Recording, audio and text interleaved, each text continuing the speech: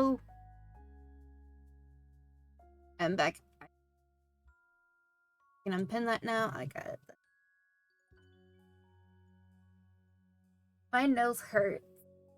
Everything hurts right now. Hello, Dan, and congratulations on Mad Dog and Voice for getting first and second. I didn't get into a VC because I was distracted. So,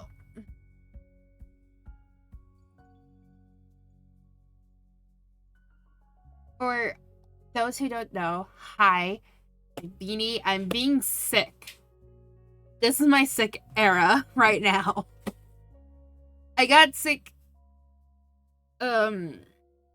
I don't even remember when, but I'm in my sick era. Beanie's in her sick era. Beanie's sick era has taken to giving her a headache and sinus infection right now, I do believe. So everything is just hurting. And I did take a little bit to message Mad Dog because he was talking to me in his chat, so. But holy crap. It's says everyone knows I was drinking last night with Reese on stream. Now here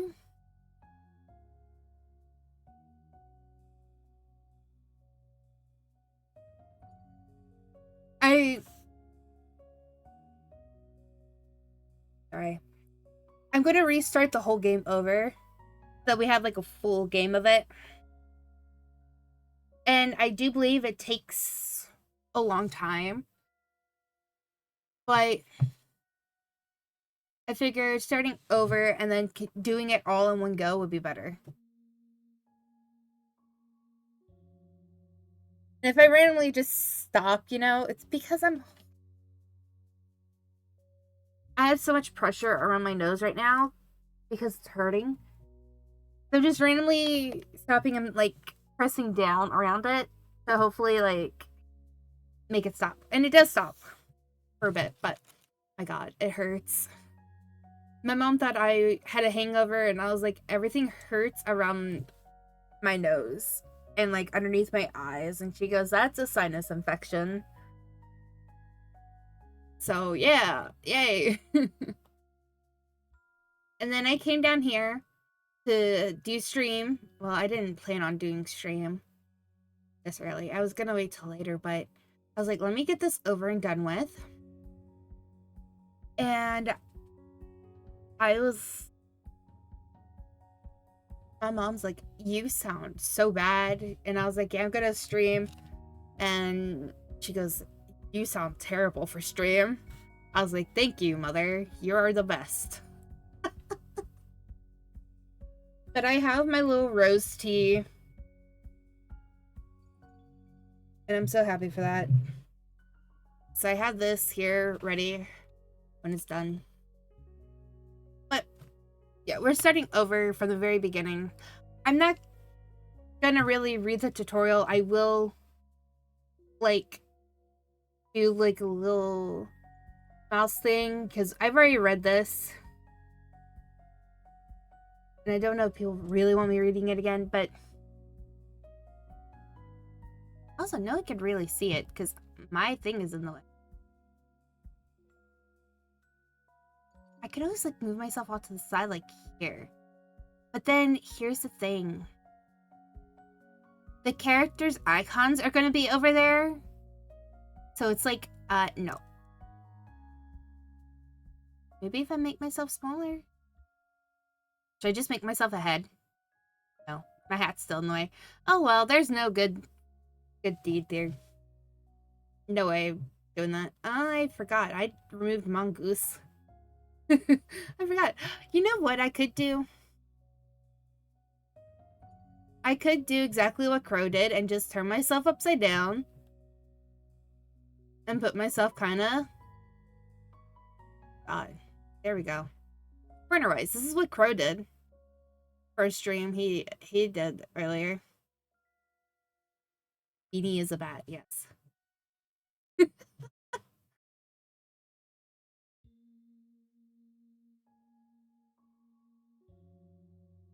This has just been where can Beanie go so that she's not in the way?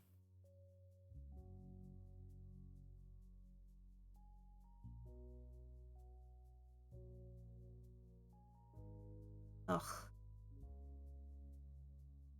I'm gonna just leave myself there. I'll read it out loud.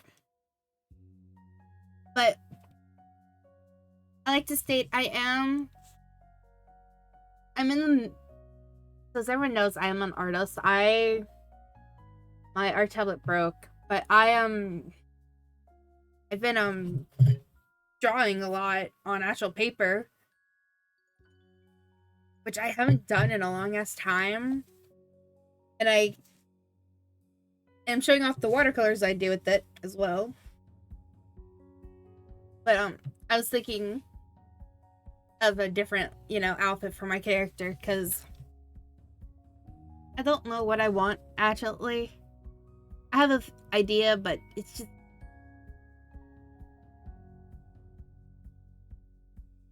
it is fun.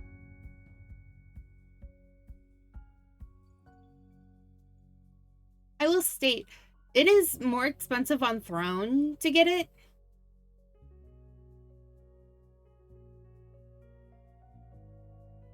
Can you hear me, Mad Dog? Because if so, I don't care. We can.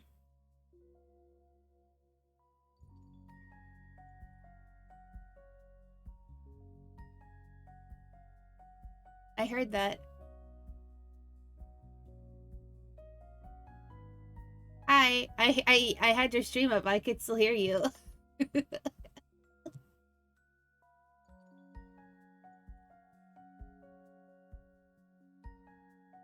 Yes. Just let you know you are muted in Discord.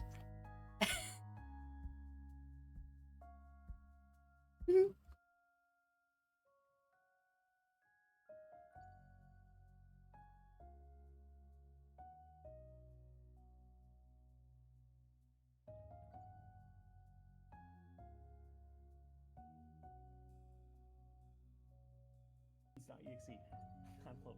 Alright. You got a little window up there like you're a webcam. Nice. It's a very common game. That's one of the main features I love of story-based games.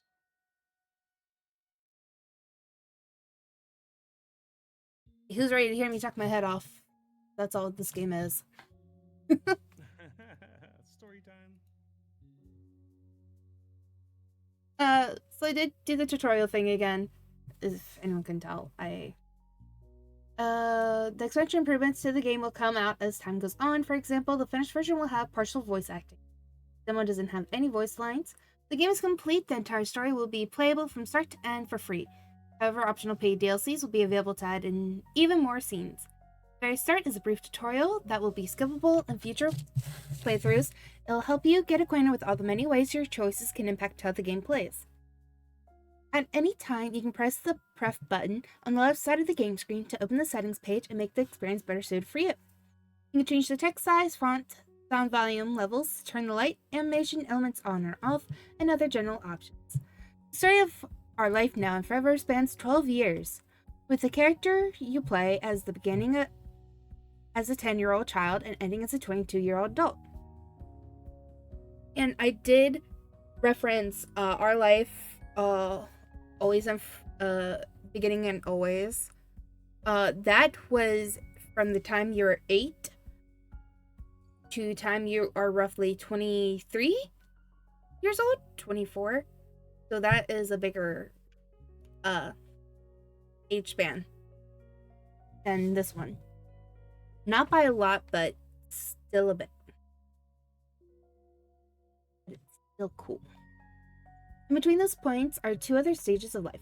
14-year-old adolescence, which our thing was 13, and also we were 18 as well. An 18-year-old young adult. These time periods are referred to as steps 1 through 4. This system contains scenes from childhood and a brief look into adolescence. You'll be able to determine almost everything about the playable character: name, appearance, personality, pronouns, skills, weaknesses, and how they act and what they feel, and more.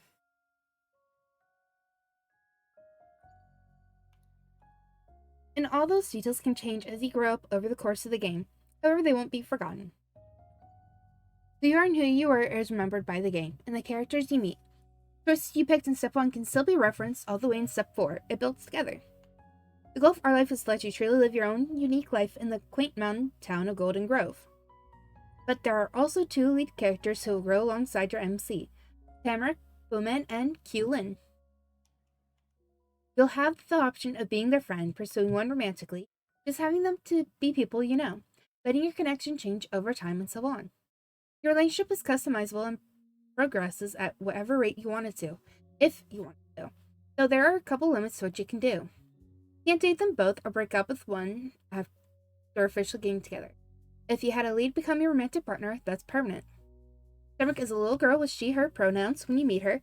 She always identifies as a woman who uses she/her pronouns.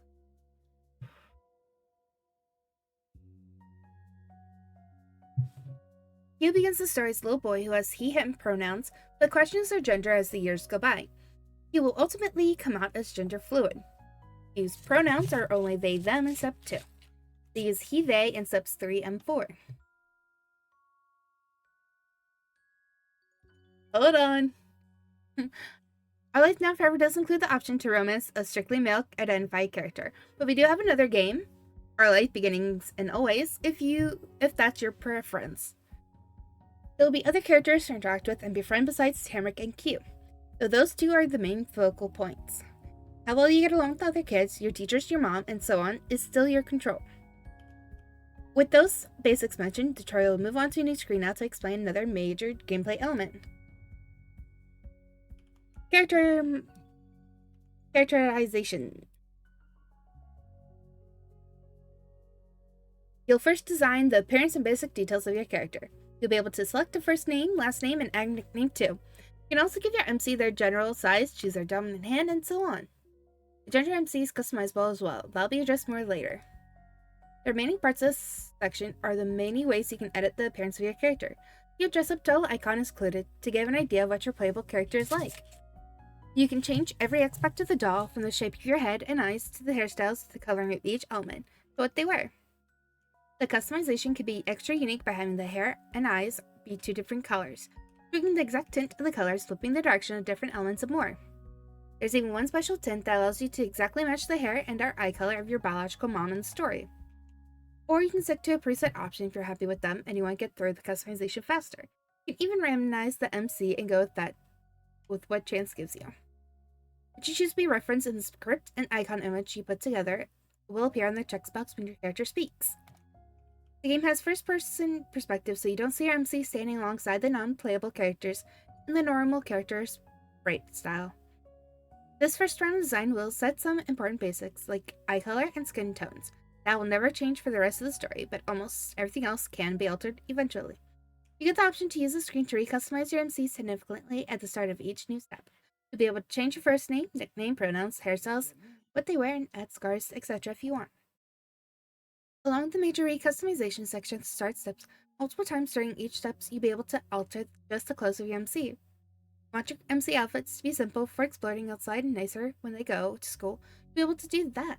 A new decoration objects such as facial piercings become available once your character has gotten older. That's everything for this initial screen. We'll let you begin.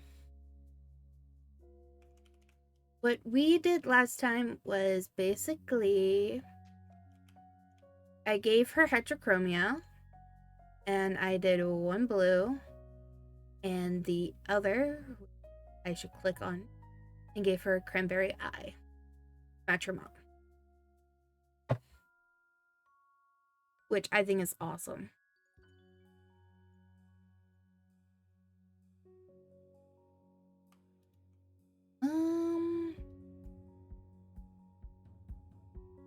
I think we will change that to that. hair. And we gave her her mother's hair color.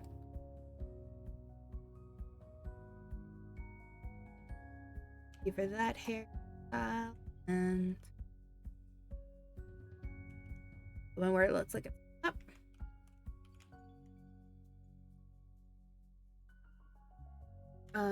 We did this. We make it purple. That.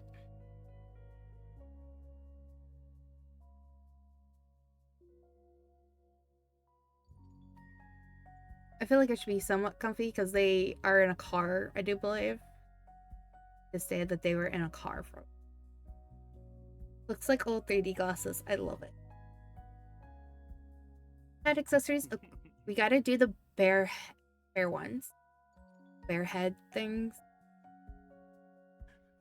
I had to alt tab to your stream real quick just to make sure, because I don't know if it looks the same to anyone else, but in my picture-in-picture, I was fooled for a second. It looked like Blueberry was the body, and like the head of the character customizer was the head. If that makes any sense. Yeah. It looked like they had a tiny body and a huge head. I definitely see that. Bobblehead. Definitely looks like a baby. Always says Blueberry is the main character. We'll give them earrings. I haven't fed Blueberry yet. Give me 1 second. Hello. Ooh, wait, there's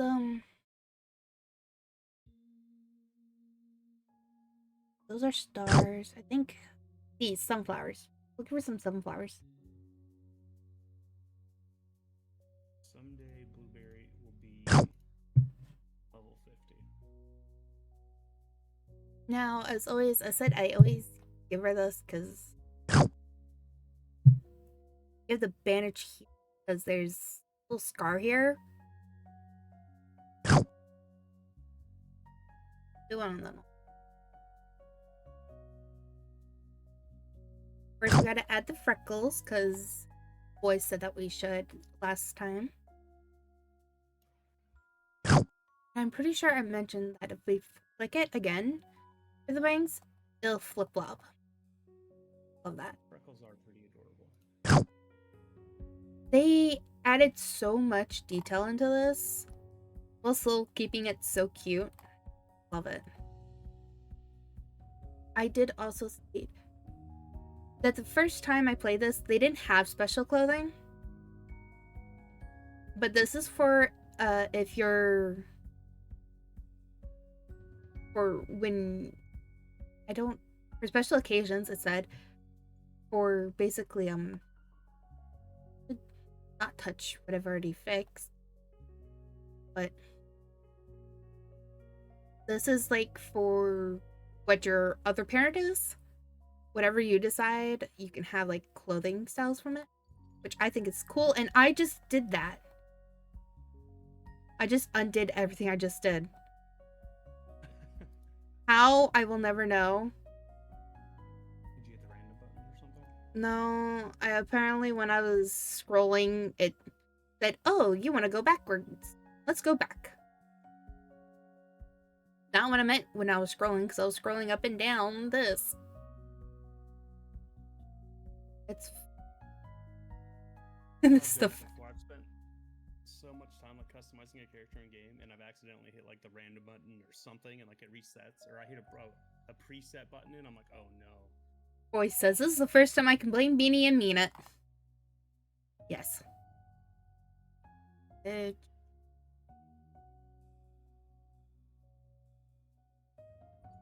You can't really see it with those, but hey.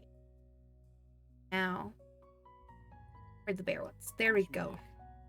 This difficulty's, well, difficult. Did it again.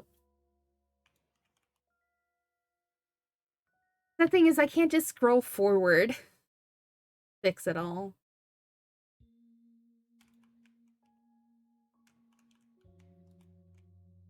I need to just stop scrolling. That's all I need to do. I won't scroll anymore.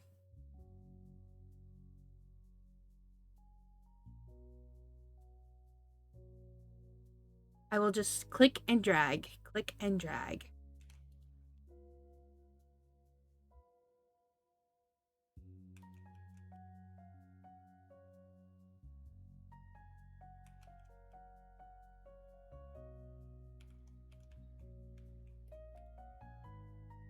Hi, Wiggles. Wiggles. Flower earrings. Hope Wiggles is having a good day. You went head to head with Sophie. Oh. Like Yep. what, tug of war or something? Nope, they just stared at one another. Yelling at each other? Oh. Staring contest. Yeah. Very intimidating.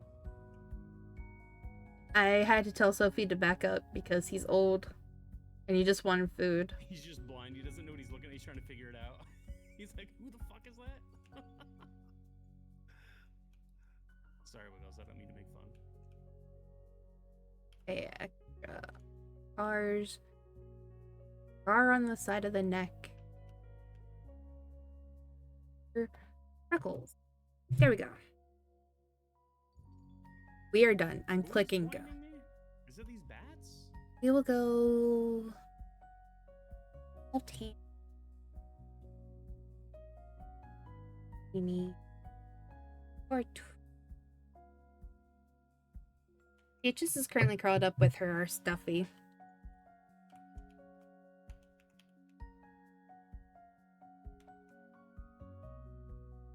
Now we get to customize the identity of the MC.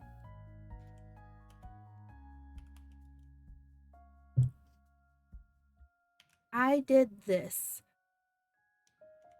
Yes, she really claimed that stuffy. Even my mom finds it adorable. She won't let me take it out of there without looking really pissed off. Pronouns she, her. She identifies as female and... She don't trust you yet. I think it's adorable when cats have kittens, like, you know, and they'll have like their human, and they'll present the kittens to the human. Like, here's my babies. I always find that adorable. I can state that I'm glad I'm not gonna have to deal with that. Because I will never let those kittens go. Yeah.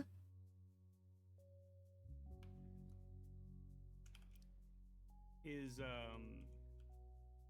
Peaches spayed? Yes, she is. Yeah.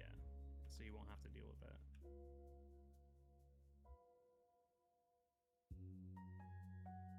Yeah.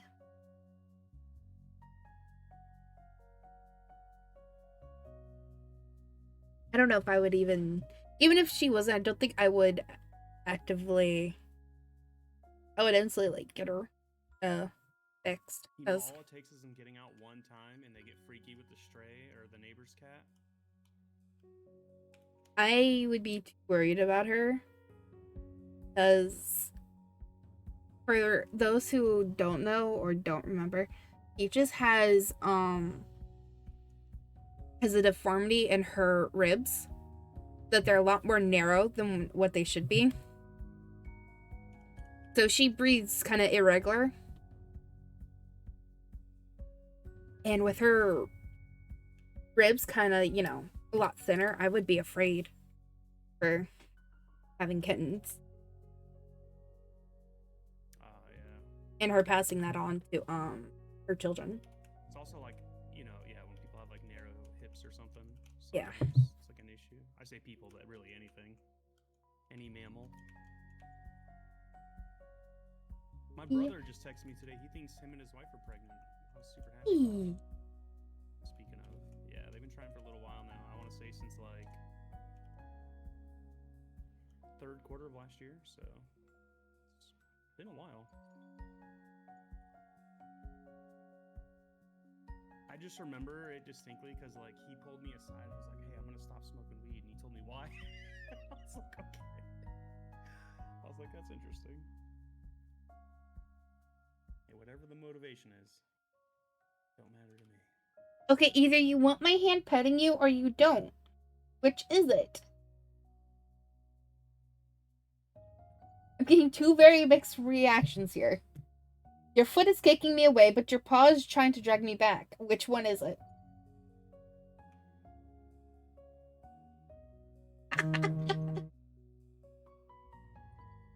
Excuse me while I go get Peaches' food. Yes, it is time. But you know what? You didn't eat yesterday, so you get to eat that today. Oh, is Peaches having trouble with the dry food? I'm telling you, the secret is to like wet it first, like it's cereal. Okay. If your cat doesn't like dry food. That's advice to anyone in chat.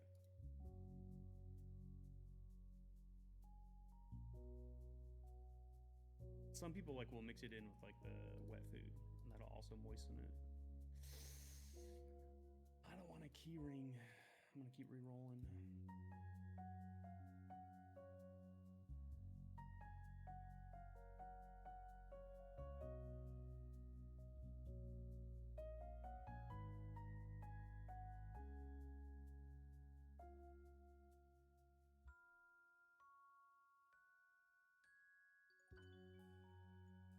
This works.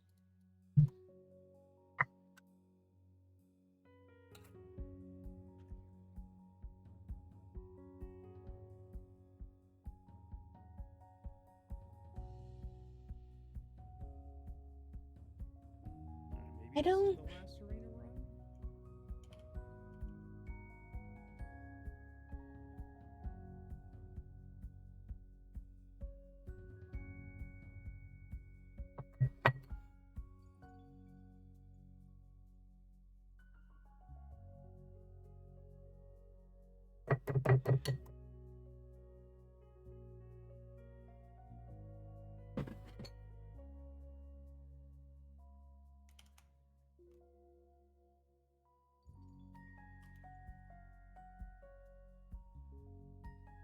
Sophie, go.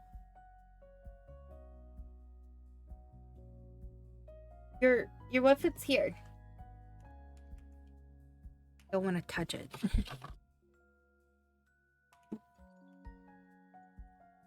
Run! No, I got hit. Oh my god, I couldn't get away. I'll run that back. I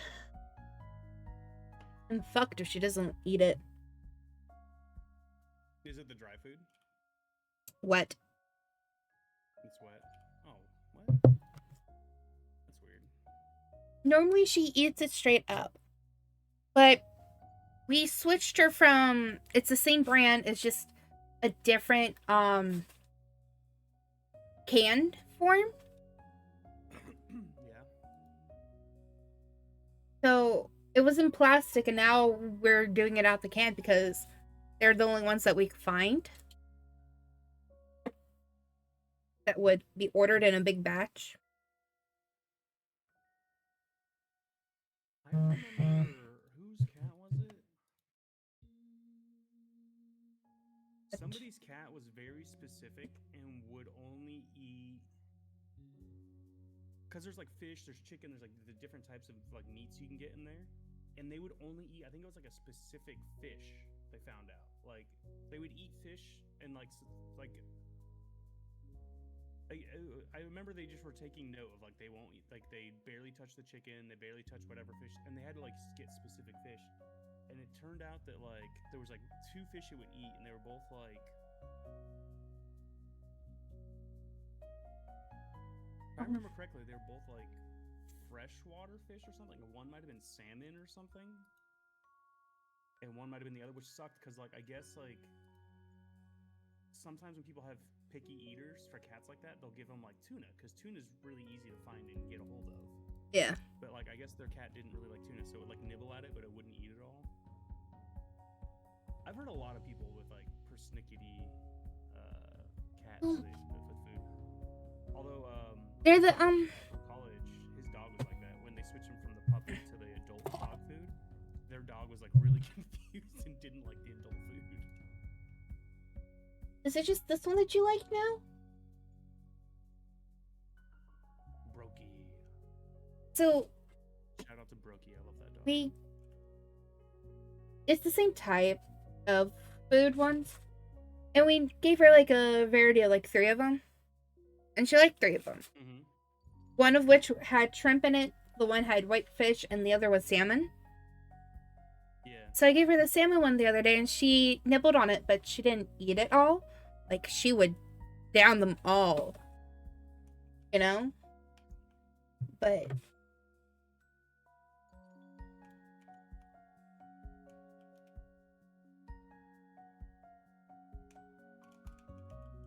maybe it's just the can. Stop it, Sophie. Go. You can't have it. I guess it could be like I feel that way with like certain things you can taste like that they came out of a Go. can or they came out of a Go. plastic bottle. Go. You're not allowed to have any of this. Go. Go, Sophie. Be a good girl. Go. Like, Go. certain brands of water are gross to me because they taste like extra plasticky. Even though like most water comes out of plastic bottles, if I can taste the plastic bottle, that's gross to me. Maybe that's just me. It's all the same flavors that she's eaten before. And the only difference is that it's in a can, that's metal instead of plastic. She's not used to like the change, Yeah. It might take her some time. Oh, I got lasered. That was multiple hits, if I'm not mistaken. Let me just tell this to everyone. She's over by the wet food, sniffing it, looking at me. Like, are you gonna give me some?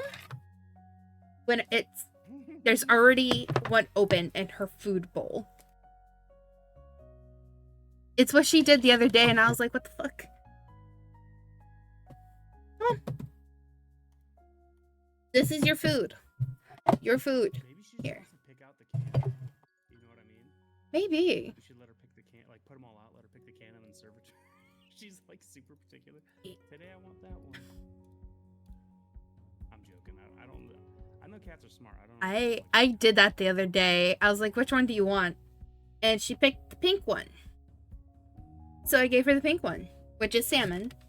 And she ate a little bit and no. She ate a little bit and then she was done.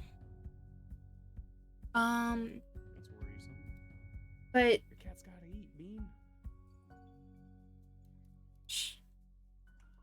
I think it's just too much change for her. Because we are switching her regular food, but we're like slowly mixing in the new food with her older food. So she's like, Oh, maybe that's what you could do. Mix it half and half, and then phase out the other half at some point. yeah. Just like take the half of each can and put it in like a Tupperware for like the next day, and then like try serving it again. Because you don't want to waste it, obviously. Or save it for like the evening, because you obviously feed. She gets the wet food once a day. Oh, okay, yeah, then that makes sense. So I told my mom, I was like, you know that tabby cats are known to have an M on their forehead? My mom just gave me a look and then she looked at Peaches. She goes, it looks more like a V to me. Stripes, yeah. And then I looked at Peaches. I was like, Peaches, you want a baby brother or a sister? Hello. And my mom goes, no, I'm already done with her hair. I was like, we can get one that doesn't shed as much. Because they all shed. Like, but the fun that they'll have.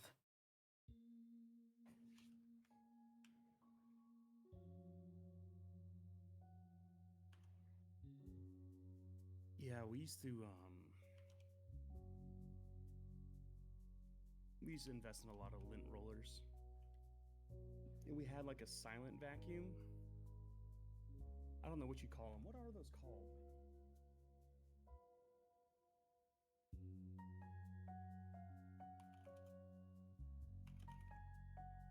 My grandma introduced me to them. She had one in her house. And it's just like it's like a mechanical vacuum. There's no actual suction, It's just like these rollers and this thing, and you move it around, and it will pick up like hair and stuff off the top of the carpet.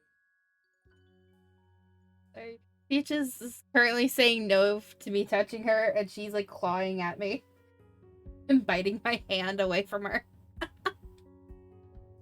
But she's like not doing it hard, so I'm just like coming back and like.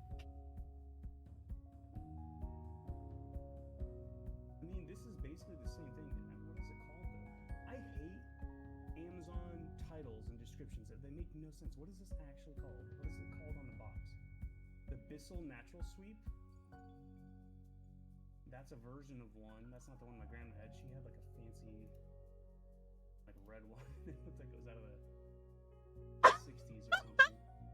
Oh my god, Peaches, are you okay? She was busy trying to get me that she rolled off the freaking ottoman. Carpet sweeper? Is that what they're called? Oopsie. Hello, Embers. How are you doing? Oh. Yeah. She is fine, just let everyone know. Look up carpet sweepers for getting all the hair off your carpet so you don't have to vacuum every day. They're lighter, they're quiet, they're easier to use. It's like a broom or a basic, yeah, I guess a sweeper for your carpet. Oh, okay. Anywho. That was funny.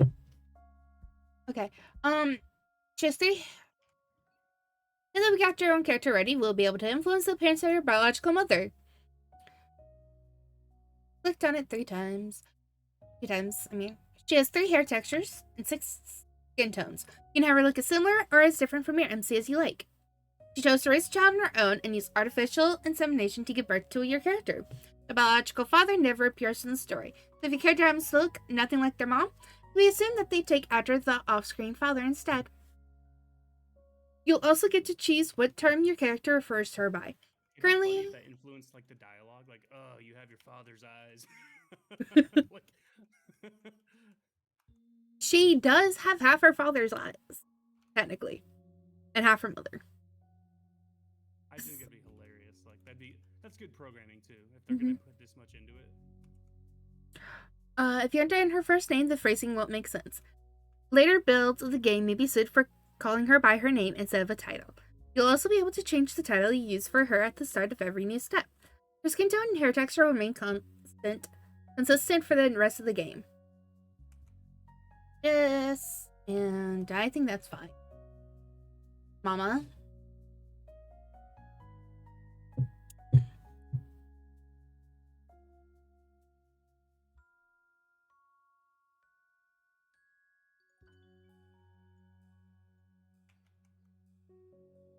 Hello, display thing.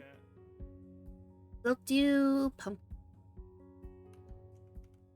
Do visual art style. Now we're here. And it took us less time, right? Nope. Yes, it did. Get the thing, don't get crushed, don't get Bolo's got me. So we didn't get far into this. We actually made it to like where it said, I think, prologue. It looked like Fallen Golden Grove, more than any place you'd seen before. It could be in one of your old picture books and show little kids what autumn is supposed to be. There weren't any green trees or bushes, but there weren't just bare branches yet. It was almost the same as normal. All that had changed were the colors: red, orange, yellow, and brown. Even the blue of the sky above. High above, your head seemed different than it did in summer. It wasn't as bright either, as though it had gotten tired of sparkling by this late in the year, or like it was even farther away from you now that you're in this place. The planted sky didn't get this way where you lived, where you used to live. Your thoughts continued to jump around while you stood there in the big circle of the street at the end of the road. It was a weird path to you. It couldn't take you ahead or to the sides or anywhere else that most streets you've gone down. This one only came right here with those big houses. The view in front of you was something you'd only ever seen in photos from before. Stapled together papers that advertised the middle house being for sale. It had been a picture book to you until this day. Now you knew what it felt like fall here too, because it was cold outside. Cool enough that you sometimes held your eyes closed for a few seconds longer than usual to try keeping your eyeballs from feeling like they're gonna freeze inside your head. This was a real place, the icy air surrounding you said, and you were really in it. And it was where you were going to stay. That was new. Your mama and you had lived in apartments before, and never for very long each time. That was until she got a big job in this not that big town, and bought a big house. You wouldn't be going anywhere else for a long time. Now, in that moment, you couldn't imagine being there forever. But that's just the way it was. The old townhouse at the very end of the long round road, now your house, standing tall with two others by its side. Those buildings were homes too, with their own people living inside, and those people in those ancient houses were going to be your neighbors. Those ancient houses. You need to stop tearing the ottoman apart. Your Nana does not like that. Your Nana wants to bring these upstairs. Weren't you telling me about how you got her a scratch post? Why doesn't Peaches use that? The other way upstairs. I guess that makes sense. It's in the living room where Sophie is.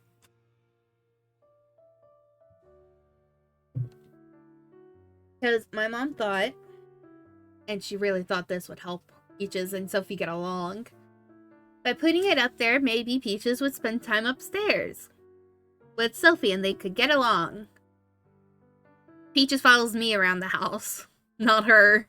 She forgets that.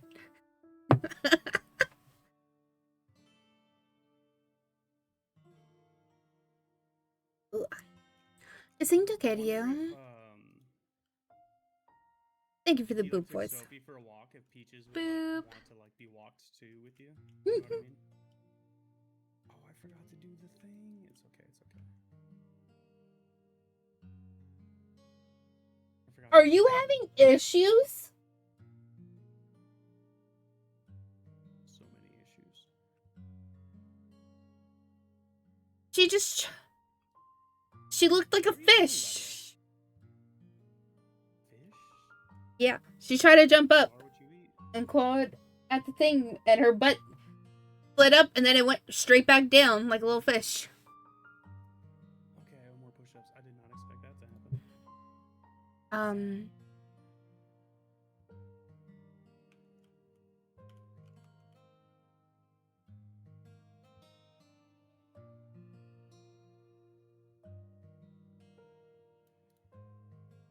So I woke up with everything hurting. And so far, I and my mom believe I have a sinus infection now. Ooh, okay. That's awesome. Because my mom was like, you look hungover. And I was like, I feel like crap. All the pressure is like right here around my nose and underneath my eyes. And she goes, that's a sinus infection. Oh, and then before I even came down here, my little room, Kenzie said, you look like shit. And then she said, and you sound like it. I was like, thank you. They'll always tell you the truth.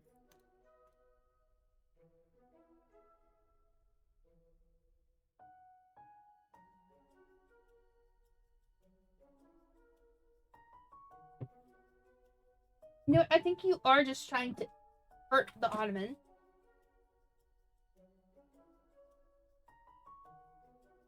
Parkour. I seemed to get you felt kind of mixed up inside. You're excited about everything. You're mad. There wasn't much you felt about that. It all made you so sad. Felt scared. This would really be something, you thought. How much worse could it be than what it was like before? Coming there had given you hope. Maybe your future would be good. This would really be something, you thought. Nothing was going to be boring anymore. And it was even better because you'd be doing this with your mama. And it was good that part was nice. Since your mama was no fun. No matter what, you'd keep looking out for your mama.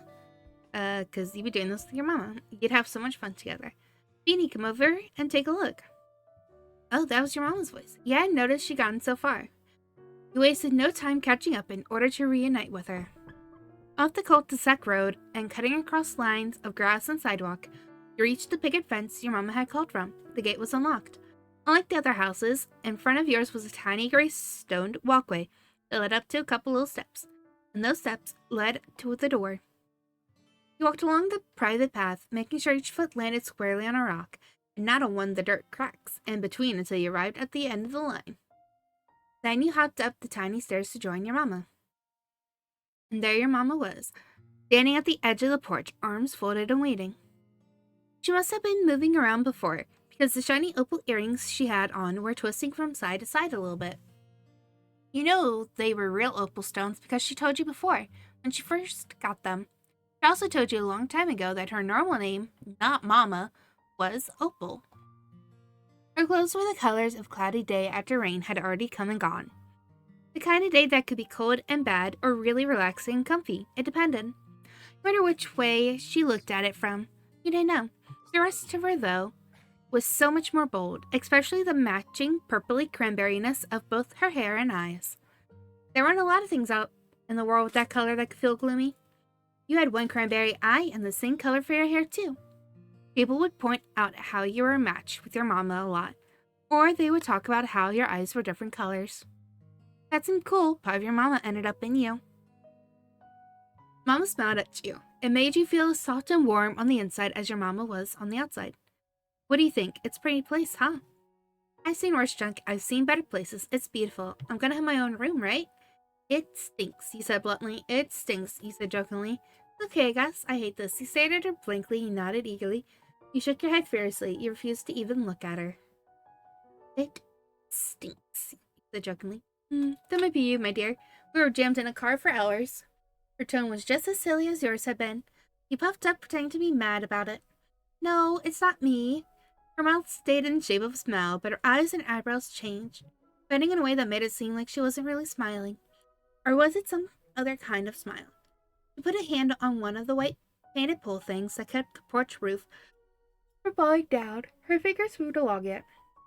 Won't be too much longer. The real estate agent should be here to hand over the keys in a couple of hours or so. Then it'll be official. We'll be the newest residents of Golden Grove.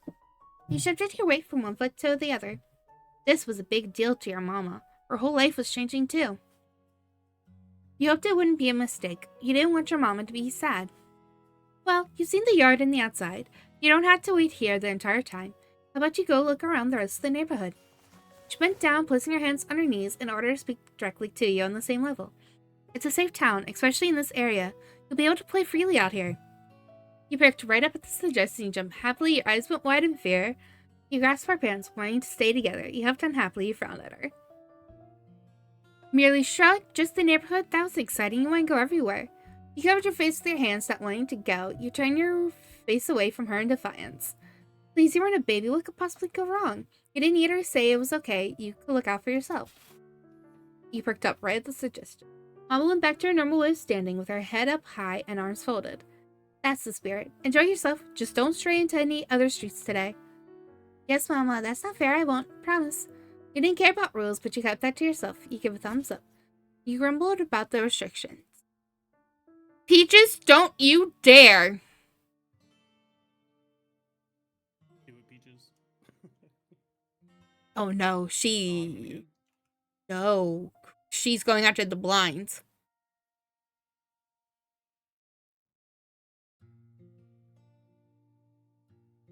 And just so everyone knows, The new Wiggles. so Chaos. I'm in the basement. The basement has no windows, but it does have a door with a window on it. And that door has a blinds on it, and she's attacking the string for the blinds.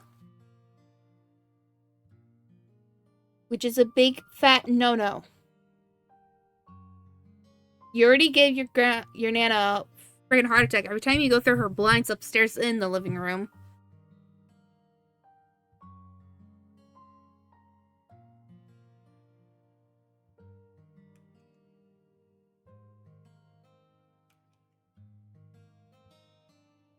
Yes, Mama.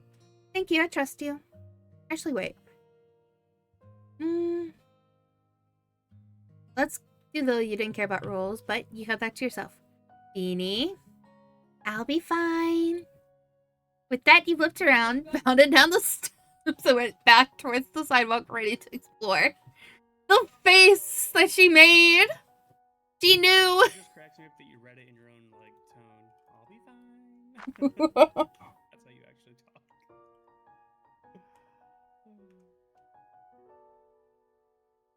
What you staring at, Peaches?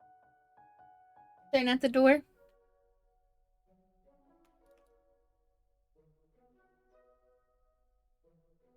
Your shoes really squished into the dirt part when you crossed from where you were down to the solid road. The smell of grass and rain softened the ground. Crisp, though somehow also kind of musty, hung in the air, bringing a whole new year of school with it. You're going to be a 5th grader. It would be completely different from being a 4th grader. Not just because you'd be attending a new school. You'll be in the highest grade of the place.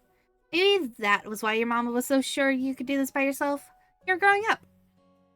Look good knowing there was more and more out there that you'd be able to explore on your own. Then, before you took one more step, there was a faint tap against your shoulder.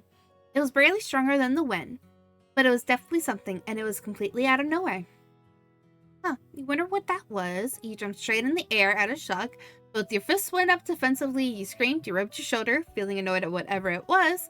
It was a ghost, you deduced. You wonder what it was. Kids' imaginations go wild. Yeah, but if I know you as Beanie, not obviously this character, you would not be chill if you just thought it was a ghost. Mm-mm. No, I would not. Oh, it's just a ghost. No big deal. Go knock on. It was kind of weird. You slowly glanced down to the right and the left, trying to get an idea of where the poke could have come from. No one was there. The neighborhood was empty, except for you. You would have settled on it being a mystery forever if you hadn't noticed there's a thing left behind from the encounter. Sitting there, in between the muddy brown blades of grass, was something new. It's a paper airplane. Who would throw this at a stranger, and why would they disappear after doing it? As you considered those questions, your gaze shifted back towards the right, the side of the street where the tap came from. Whoever sent this to you had to have gone that way. You crouched down to grab it, wanting to get some kind of answer to what had happened. The paper didn't feel the same creaky, crackly way most normal paper did. It was thicker somehow, almost like a piece of cloth. It was cottony. That wasn't the only part that stood out. The page was a tan color with dark brown line. Not white and blue, or white and black, or something regular. More questions to add to the confusion. Where would paper like that have come from? You turned the paper airplane around in your hands and squinted your eyes keenly. There was pencil markings on the other side. Paper had scribbles, or maybe even letters. That was enough of a sign to undo the shape someone had put together. You pulled at the flaps of the plane and flattened it out between your palms as best you could. It was true. The paper airplane had a message. Well, maybe. There were some words on it, but not a lot, and they were on different lines from each other. Right over each tiny part from top to bottom. Hello. Go out. Hide out. And then in the bottom corner was Beanie Second. Your name. It had been addressed to you personally. There was no mistake that you were the one meant to get that plane. You scrunched up your face. A person wrote stuff on a piece of paper, turned it into a paper airplane, threw it at another person, and the message they sent was that? This was too weird for you. This was so cool. This was a mystery worth solving. This was stupid. This scared you. This was something. This was a mystery worth solving. Whoops. Maybe the words were code you had to break.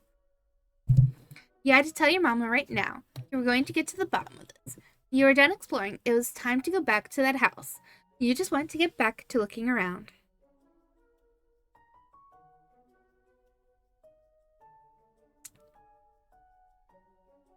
Yes. You're just staring at me. Why?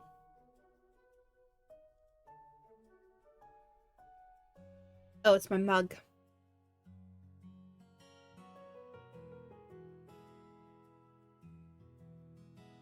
What did my mug do to you? Oh, it's my tea bag that you're interested in. What kind of tea did you make? That's a rose tea. Rose Earl Grey, to be exact.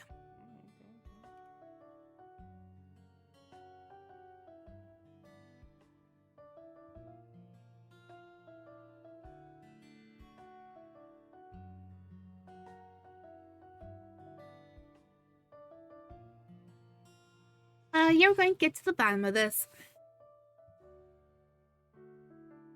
Someone or something had to have sent this to you.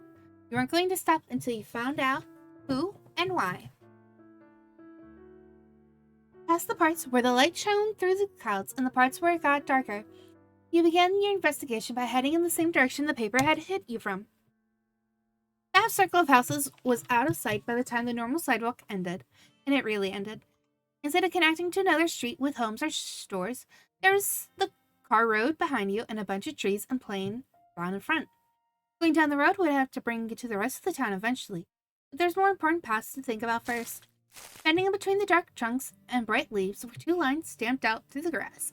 They went in opposite directions. It was a crossroads. One led towards where the neighborhood was, but back further, right on the edge where the forest started. The other went completely into the trees, a walking path for the people who lived here. You stood there at the start of this turning point in the woods in your life, feet poised to move over the stirring thicket floor. You knew which way you wanted to go. There was a path here that was definitely more worth trying than the other. You're sure of it. Something on the inside just told you so.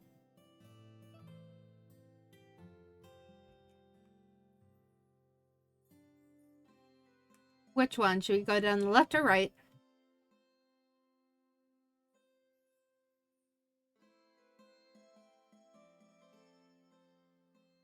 I mean, I always explore left first, but you should let your chat decide. Boys. Up to you.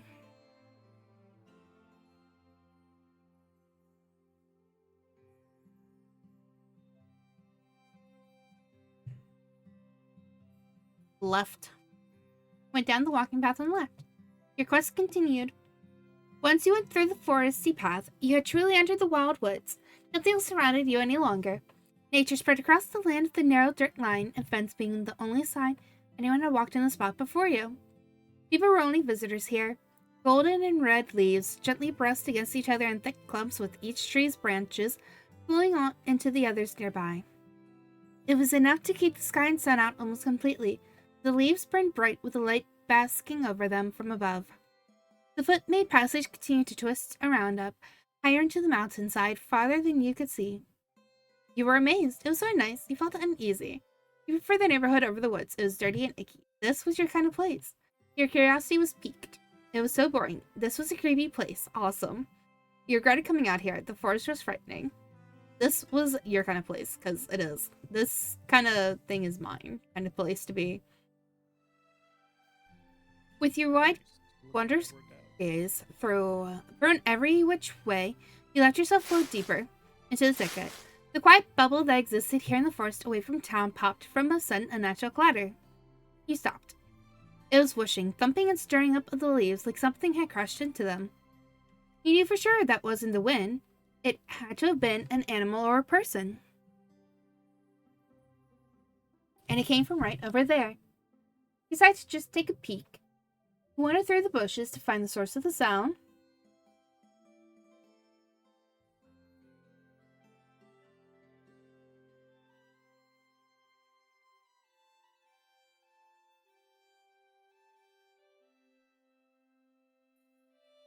You picked up a stick to throw that way, just see if something happened.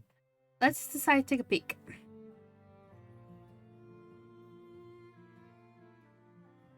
No secret in here?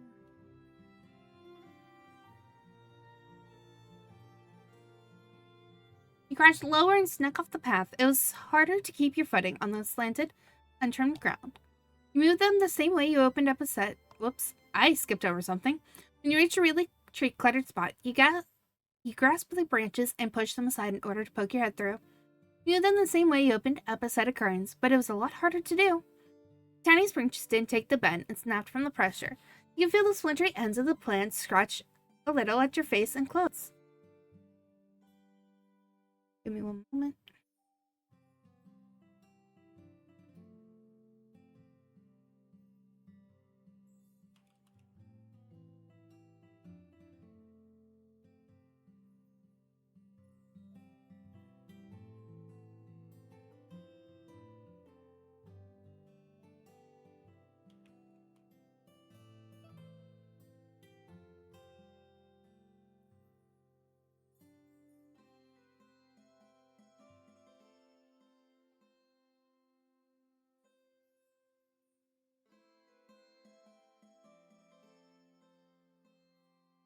It wasn't as secretive of a check as you'd hoped it would be. On the other side of the tree line was still the woods. Boss, wish me luck. Good luck. But kind of an empty part. There was a lot of open ground, with no trees or bushes growing and a ton of leaves.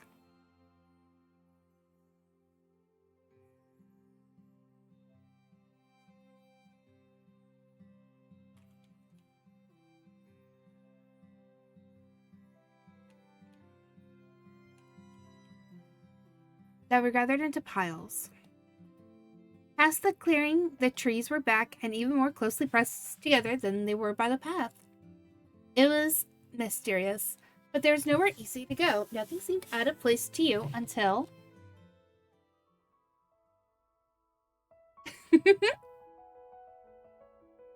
Hello! There was a shout and a new whirlwind of leaves running through the air.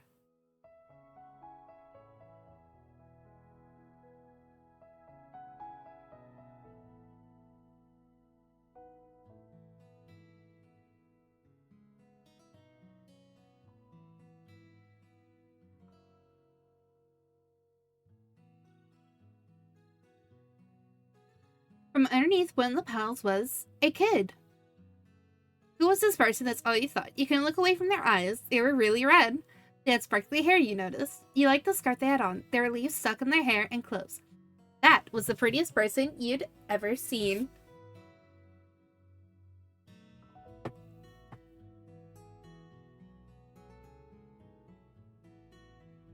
Couldn't look away from their eyes. They were really red. You couldn't hold the leaning forward position any longer and stumbled forward completely into the open area. You stared at them, and they looked right back at you as everything they'd thrown into the air gently drifted back down. Hi? Were you in there this whole time? You scared me. Do you live out here? You're crazy. How'd you know I was here? Were you waiting for me? Awesome. You had no idea what to do. You began to laugh. I thought I was gonna catch someone, but you got me. Whoops. Yeah, I picked the last one. That got the stranger giggling. Yeah, I got you. Wait here. The jumping jack kid hopped up again, but this time was to get up off the ground.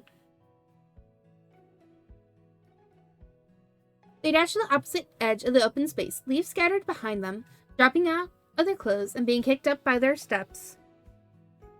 You already wondered what was going to happen next.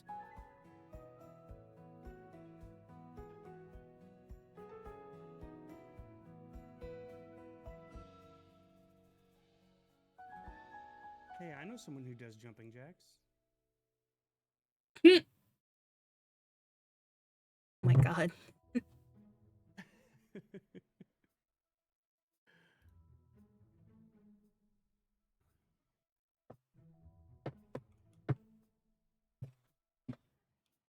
One moment while I do those. Oops.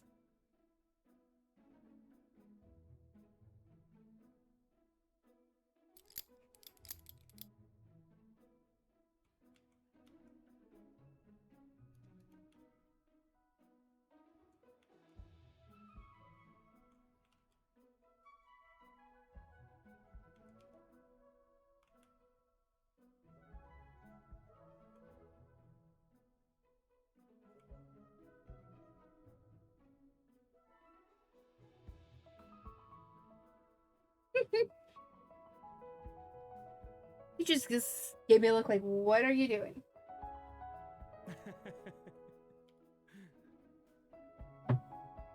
Getting the heart rate up, Peaches. You should know all about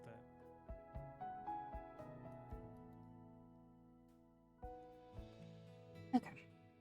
You're already wondering what's gonna happen next. I need to stop, like, double-clicking on accident. From behind one of the tall... Oh, is it like selecting a thing for you automatically?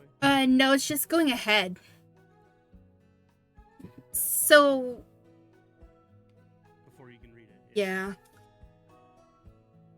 Which is fine, because I can scroll back, but... a lot more work. That's a cool feature.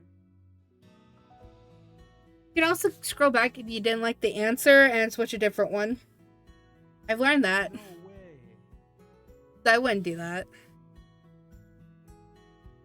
Sure enough.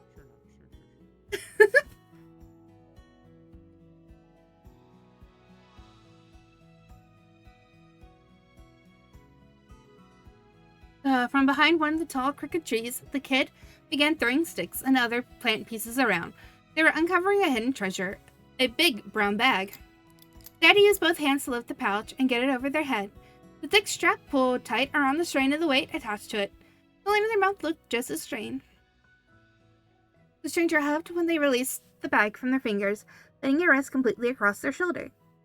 You heard stuff bumping around inside from your position way over here. It was a really full pack, but it didn't slow the kid down. They ran back at full speed to meet you where you were, and they were in front of your face. They gave a wave and asked a question. Ooh, whoa, are your eyes two colors?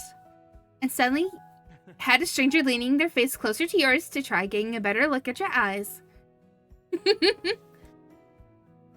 It's not special or anything. Thanks for noticing. Do you think it's weird? Stop coming towards me. It's pretty cool, right? You don't have to yell about it. You just looked away, pretending you didn't hear. Your cheeks felt hot and you couldn't speak. You stood tall and lifted your chin. It's pretty cool, right? Whoever they were hummed a happy reply. Yeah, it's fancy. The kid then kept talking like that whole thing didn't even happen. Hi, are you a girl too? Yeah, how did you know? You nodded. Well, yes, sometimes, kind of, not totally. Yeah. Hold on, I need to take my hoodie off. Have you ever watched Dragon Ball before? Like the original Dragon Ball show? Take my headphones off. He's like a wild child of the jungle, and he's like never met other people before besides his grandpa. And every time he meets somebody to determine if they're a boy or girl, he pats them on the crotch, and then he says whatever gender he thinks they are, because he doesn't know how else to tell. Like, it's just the funniest thing ever. Like, his innocence perceived, like, is, I don't know, it's just crazy. And it's funny too, because anytime it's a girl, it's like, whoa, you're a girl, I've never met one before, like the first time. Sorry, that shit amuses me. Obviously inappropriate, but still funny. It's funny because it's a little kid. She sung her own praises in a chiming tone. Both girls, both girls. That was all for that. You decided to tell her what you were called. Wasn't always that.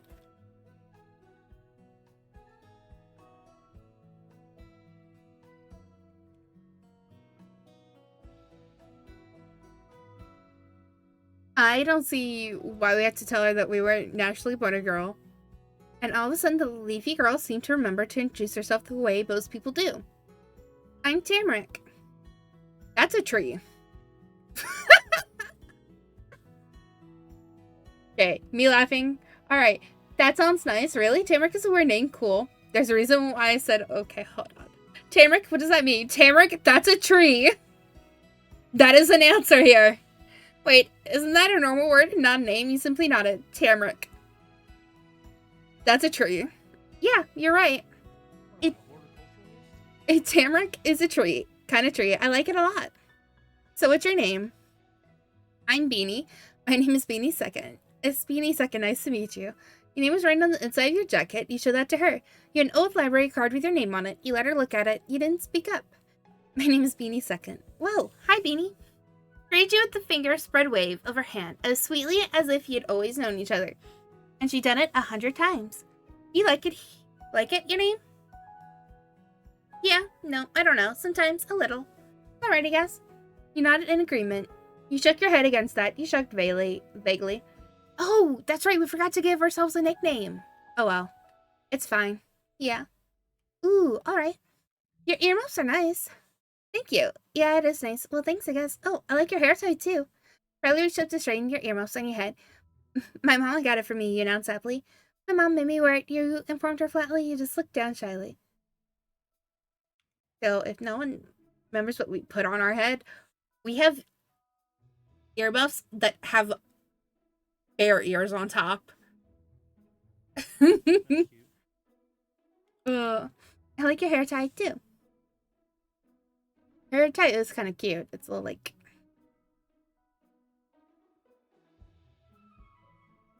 If those are the hair tie I'm thinking of, that is going to be painful to pull out. The little ball hair ties. Because it looks like it's a ball. Though it may just be a ribbon. very small ribbon, but there's no like little part that would signify a ribbon. Whoever put that in your hair, kid, I am so sorry for you. Thanks. Why are you here? Where'd you come from? Are you visiting? Followed one question after the other, letting them bubble out like her laughter. And that's some kind of tourist. My mama and me moved into this town. Tamara gasped, her large eyes wide, opening even wider. They were full of sparkles. Voice says, shave her head then. Look, I will state this. I had that type of hair tie in my hair before. And the person who put them in there was my stepmother. And my stepmother only did it because I asked her to. And she said it was going to be painful to get out of my hair. Especially since my hair was super long and thick. Because the balls are attached to the hair tie and they move around. So they will, sometimes your hair will get, yeah, they will get entangled in the hair, and the hair can sometimes slip through the ball, you know, where it's connected to the hair tie. So it's really painful if it's not, like, you know. You might say it hurts like balls. Boys, be careful. Balls, beanie balls are bad. Only once did I wear them. Never again. But, yeah. They were really cute. What up, Spark? I'm on the Ranger. Me too. I'm new too. I moved to live with my Omi and Oppa. Gladiator, off stream. I sent you the thing, by the way, that I was talking about, like, in Discord. Omi and Oppa? And I realized after I sent it, I was like, man, maybe this is kind of That's, Grandma and Grandpa. Voice says, I'm just happy you made a new friend without a broken arm. I think he missed me doing like 100 push-ups already. Hove only had a broken arm for a summer voice. He's never gonna live that down, though, is he? Who had a broken arm? So in the actual Our Life game that's out and we are playing, when you first meet your next door neighbor Cove, he has a broken arm. And you're in basically a beach. You're living on a beach, so it's kind of mocking him that he can't, like, go into the beach because of his broken arm. And Cove and Voice is just like, you have a new friend without a broken arm. Did I miss a crack secret? Let me go back. Omi and Omi and Oppa is Grandma and Grandpa. They have a house here and I'm going to be there now. But she'll be bald soon. She's not going to be bald. Oh, how far back? Who are they? Are they your parents' names? Omi and Oppa? You're living with your grandparents? I've heard that before. Omi and Oppa is Granny and Grandpa. I have no idea what you're saying. You're living with your grandparents? Yep. That's nice and empty. Oh, alright. I had no idea what it'd be like not to live with my mama. Are your parents dead? That's something you ask someone you just met. Are your parents dead? Oh, wait, what the hell? Why did you move in with them? What about your parents? You didn't say anything to that. Ow. I should be timing this. Why did you move in with them? What about your parents? They're busy and not at home. I wouldn't go to school or do anything if I stayed there. So I'm gonna live with Omi and Oppa right now. That's, okay. That sounds sad. Your parents seem lousy. Weird. You feel bad about it? You weren't sure what to say. Okay. But her explanation wasn't finished just yet. And I'm busy too. You alright? Yeah. I've been here 5 days, and it's really good. There's so much out here I probably won't be finished for a long, long time. Months even. Oh my god. This is my very first day in Golden Grove. I can speak. Well, that's really different at all. We're a match. She furrowed her extra short eyebrows as much as she could. As the new idea came to her. Hey, we're both girls and new. What if we're the same age too? I'm 10. I'm 10 too. You're 10, so am I. We are the same. Why do you even care? You nodded yes. You popped open all 10 fingers. You were the same age. You kept quiet. Boy, so go jet skiing, kid. You'll break your arm. Doesn't matter because it's normal to have friends your own age. That's why it matters. I grew up with all older friends, and let me tell you, it sucks being like a grade or two behind all of them. We are the same. Hooray, same age forever. Happily, Tamara held onto the worn strap of her big bag and bounced up and down in place. You decided this was the perfect time to talk to her about what you were doing. Hey, I got hit with a paper airplane a little while ago. Was that you? Did you throw a paper airplane at me? You maybe know anything about a paper airplane. Tell me the truth, are you the paper airplane person? You know what this is? Yes, while pulling out the page. Without a word, he took out the piece of paper. Hey, I got hit with a paper airplane a little while ago. Was that you? Look at all the little hearts that just popped up around that. That is so cute. Here, I think you're interrogating a kid. Meanwhile, I think it's flirting. Oh yeah, you got it. Yes, I got it. It's right here. Woo! She flung her arms up over her head in celebration, knocking her bag out to the side. It made a thump noise when it swung back against her. My aim is good. You blinked at her in disbelief. You'd done it. You found the mystery person who made that strange paper airplane message. It was entertaining, you thought? Your name too. Yes. You rubbed at your eyes. Exactly. She was loud and made you nervous. You couldn't believe the trouble she set off. You smiled yourself shyly. She was so cute, you thought. You didn't know how to feel about that. She was entertaining, you thought. Thanks for sending it. How did you know my name? That plane was really cool. Why would you do that? Yeah, it is. Your throw was perfect. How come you send me a note instead of just talking to me? What was that message even supposed to be? Not quietly above satisfaction. How come you sent me a note instead of just talking to me? I didn't send a note. What is that supposed to mean? You thought you knew what disbelief was a second ago, but hearing that made you feel in ways you never had before. The sun look on your face got Tamrick to add more. The paper I used wasn't mine. It was a litter in the woods. I picked it up, put it in my bag, because I couldn't leave it there on the ground. Then I saw you standing on the road, and I just had the idea. I could do something fun with the garbage by making an paper airplane for you. Oh. So you didn't write anything on it? Yeah, I didn't. Oh. Well, that part makes sense, but this is still confusing. What's the point of sending a paper airplane if you don't have a message?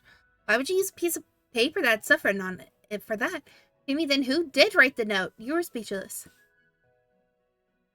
Then who did write the note? I don't know. That was all she said. Tamara couldn't tell you anything more. The person who wrote the strange message for you was still a mystery. You hadn't found them even after meeting the paper airplane person. You shrugged and accepted. You were thrilled that the mystery had deepened. You felt creeped out. You were more determined than ever to figure things out. You were so disappointed you were completely frustrated. You were more determined than ever to figure things out. There was no way you could let this go until you got any answers. Start thinking more and more about this, making plans in your head. Jeremy could tell something was going on with you. Beanie, what did the paper say? Was it funny? Do you think random stuff is funny? It was short, and all the parts were different lines. Were on different lines. The words were, hello, go out, hide out, Beanie second. What? So weird. Who would write that? I know. That's what I was thinking. Look at the little face our character's making. It's strange. She took a big hop closer to you, a smile growing across her face as she landed. You should keep going. I'll come too. That paper isn't very old. It would have gotten wet or eaten by bugs if it was out here in the forest for a while. We could track them down and ask them what they were doing. Okay, you can come. I was gonna ask that. Well, alright, if you really want to. Yes, I could use my eyes for looking. Thanks. I would have been scared to go alone. This is something I need to do on my own. Sorry, I'm good by myself. No way. You have to stay here. You're not in agreement. You shook your head now. Yeah, I could use more eyes for looking. Woohoo! Derek snatched up a nearby stick off the ground and directed the pointy end forward, the way he had come from. We're gonna find the litterer who put weird things on paper. And so you started to walk along the downfall bush again. Now with your new partner in the adventure, Tamara came along from behind you with eager, skipping steps. Boy, say those sticks for a splint when you break your arm. No one is breaking their arm. At least I think. I don't know. Hopefully not. Been a while since I actively played this. She was right. You're going to find that note writer person who knew your name. When you were playing the other day? I didn't get very far in it. I got to the prologue portion, which is right before all this. Gotcha. I think I missed the summer one you're talking about. That's the one I didn't catch. That's why I was afraid to watch this one. Because I thought like all the stories were connected. Well, they kind of are and kind of aren't. You could kind of make them connected by saying that your character came from where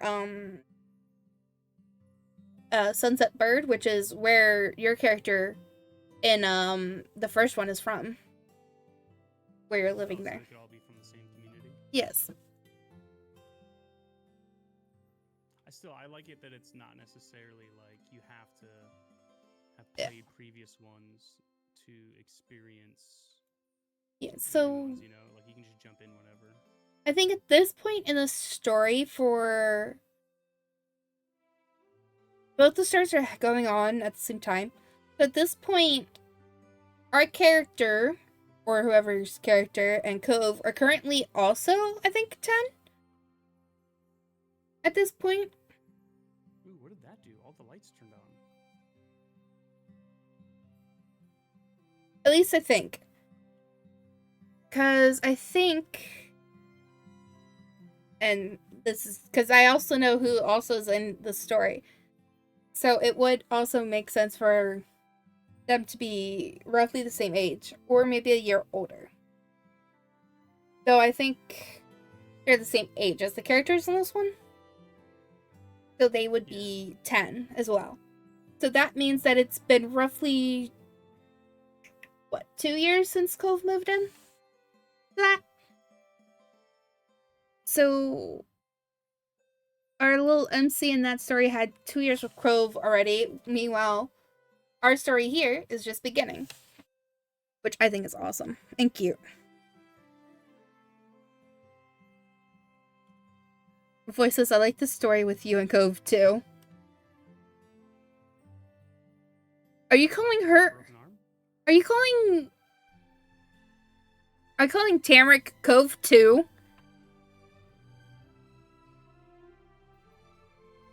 Did you just basically call her Cove too? Runs and hides. Didn't you say Cove was an emo little boy? I don't think Tamrick is an emo little girl. Very different personalities, voice. Oh yeah, but he called Cove emo. She has balls! I remember kind of like teasing my ex that liked emo a lot, like when I was first in college, and I remember just like telling her, I was like, at some point you'll be a metalhead because, you know, you'll grow up.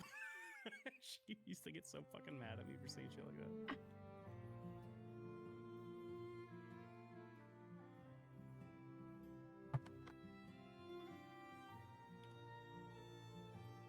My god. Soon you reached the head of the path.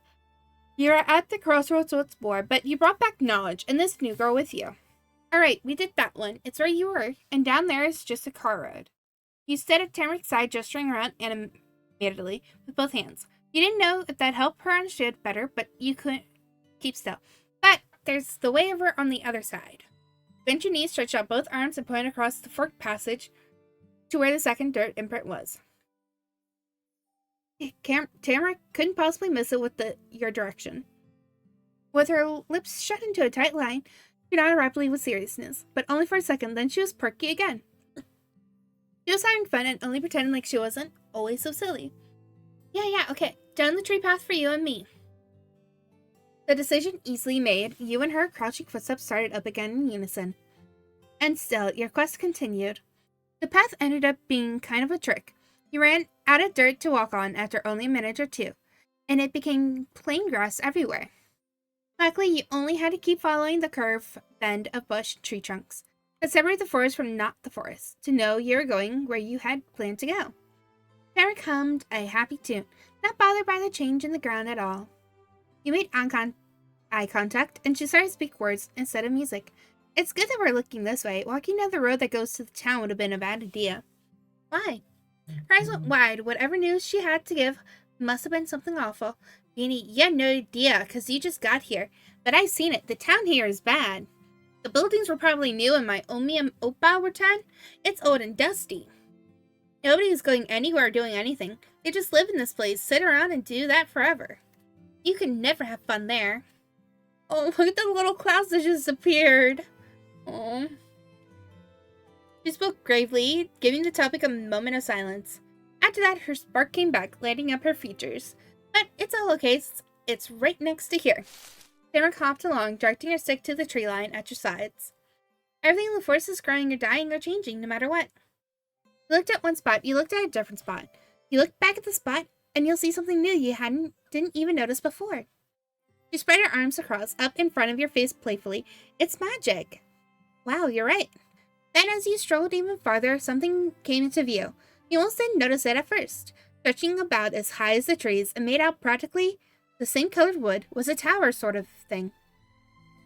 The bottom of it was mostly empty space with thin stick poles at the corner and only one full wall. There were little fake rocks stuck to the boards of the wall side, probably for people to climb on.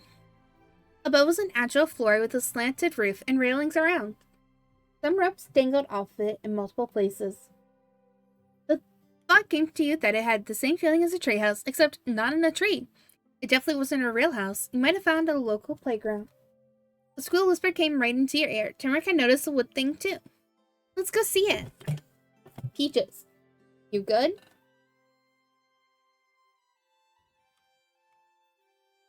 Peaches.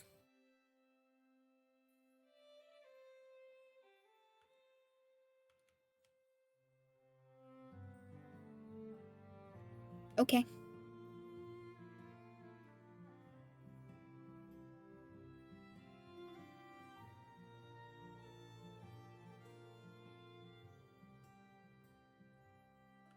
I can't go back for the ace key if I ever get it. She pulled away from the side of your head to march to the tower without waiting for you to even answer. Curiously, you moved closer until you were right in front, and that's when you came to the shocking realization that there was something up there at the top. Eyes squinted to try and see more clearly, and your neck bent back so far your head might fall off. You could make out a lumpy pile. You just stood there looking. You shouted out.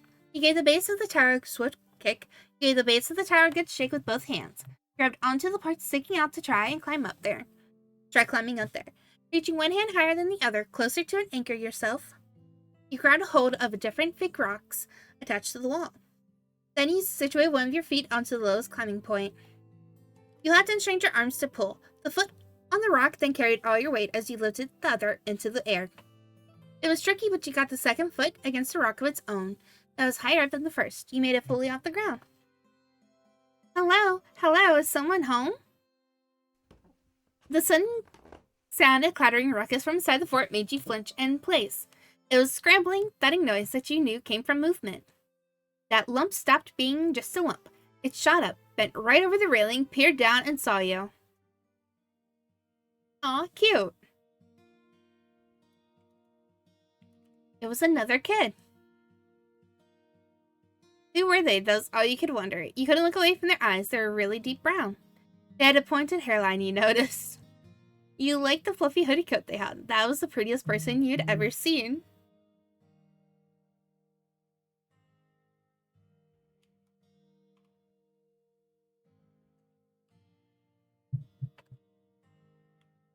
What are you doing?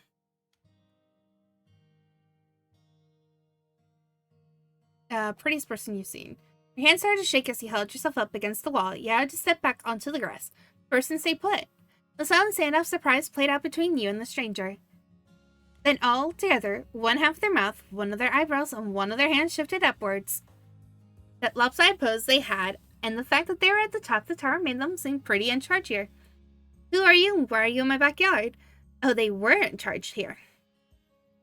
I'm Beanie. I didn't know this was your backyard. Couldn't tell, sorry. I'm looking for something? Who are you? Hi, your backyard, there's no fence or anything. You're so pretty. So pretty, you accidentally said out loud. I don't think you're pretty. You said absolutely nothing. Your mouth opened and closed soundlessly. You couldn't explain yourself. You were too nervous to speak.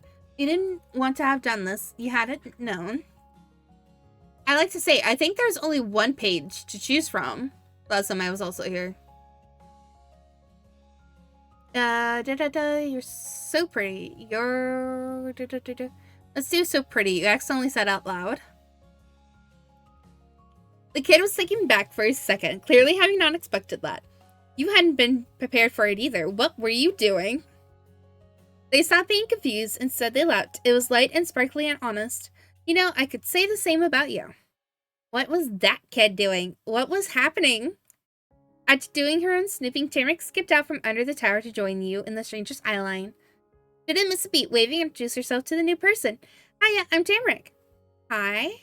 At that, they pressed the palms of their hands hard against the railing, then used it to kick their legs up over the sides and throw themselves right off the fort. Whoa. There was a powerful crunch and gust of air when the person hit the ground, just a little to the side of where you were. They landed on their feet, crouching into a ball, and making the hood of their jacket flip over their head from the impact of falling so far down. The person stayed like that for long enough that the leaves they stirred settled quietly onto the grass again. Then the kids straightened themselves out with more poise than you could have expected. Squared shoulders, chin up, and with one hand they pushed the hood down over their back again. They were confident and knew how to show it. That's that. Why would you do that? That was so cool. That seemed dangerous. That was so dumb to do. Could I try jumping off there? You could have crushed me. You were left speechless. It was impressive. You were left speechless. It was crazy. That didn't really impress you, though. Anyone could have done that. It wasn't special.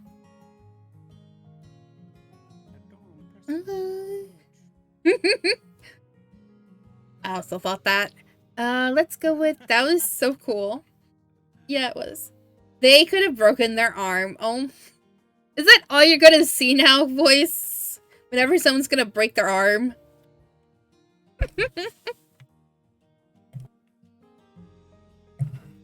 That's funny.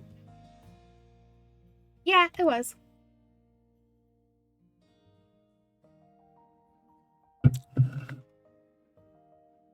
She's eating. Yay. Good job, Peaches. Maybe Peaches should keep attacking the curtains if it works up the appetite. Maybe. I'm just joking. Your house will be in shambles.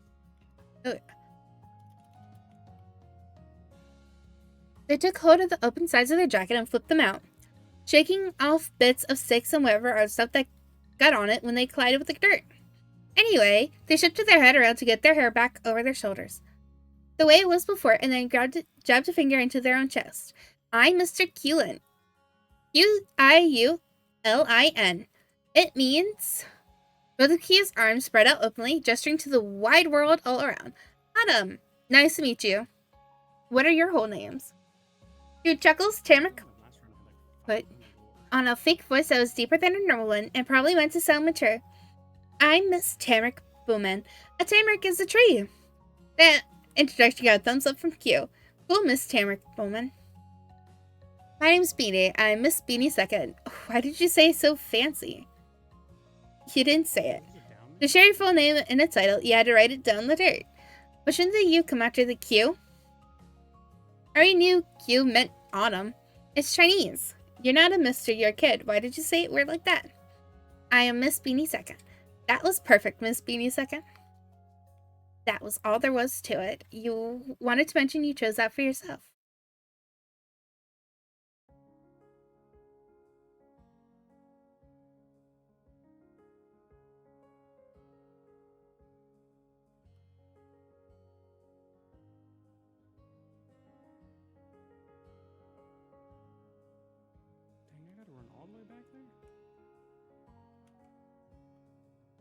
Which one do we pick? Should we mention that we chose the name for ourselves, or that was all there was to it? I don't know which way to go. Also, I like the arrow that they added.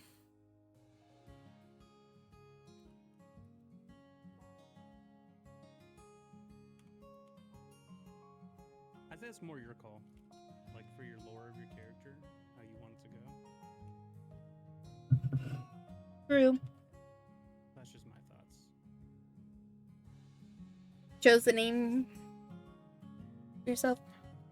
So we're here, and I will remake this character again for when the final game comes out, and we'll play it all the way through with her. But Oh yeah, so maybe choose the options you wouldn't normally choose. But I don't know what that is gonna look like. I know that this might not change much, but I do know that it is gonna change a bit. We made our character she, her. She is a female, but she was born male. Now we can have her own it, make her head raise up high, you know? And I think maybe that was possibly a reason why her mom was like, yeah, I'll take the job and move. Because it doesn't actually state when we chose that. So we probably could have gotten bullied. And that's why the mom was like, yeah, okay, I'll take the move. I'll take the job. Because there were choices that we could choose that stated that living here would be a lot better. You know?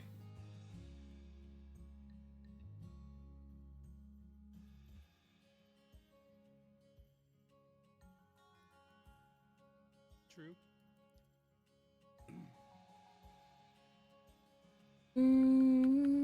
I kind of want to see. You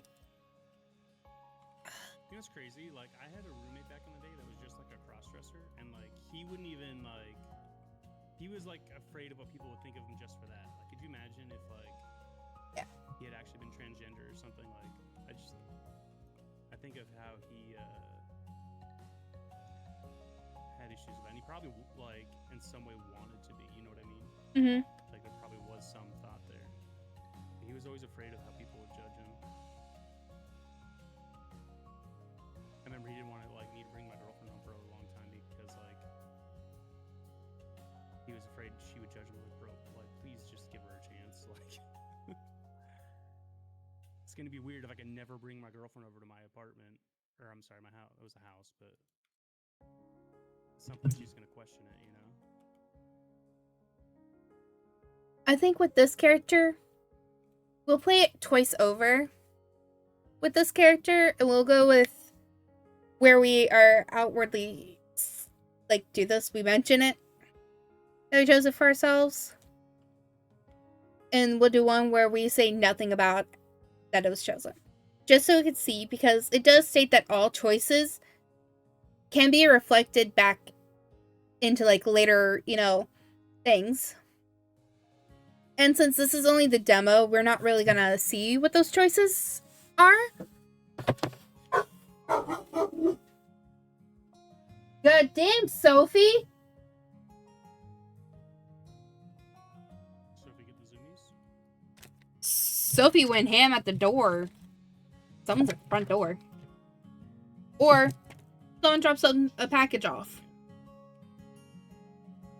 Well, she thinks she's protecting him, I should say. Yeah.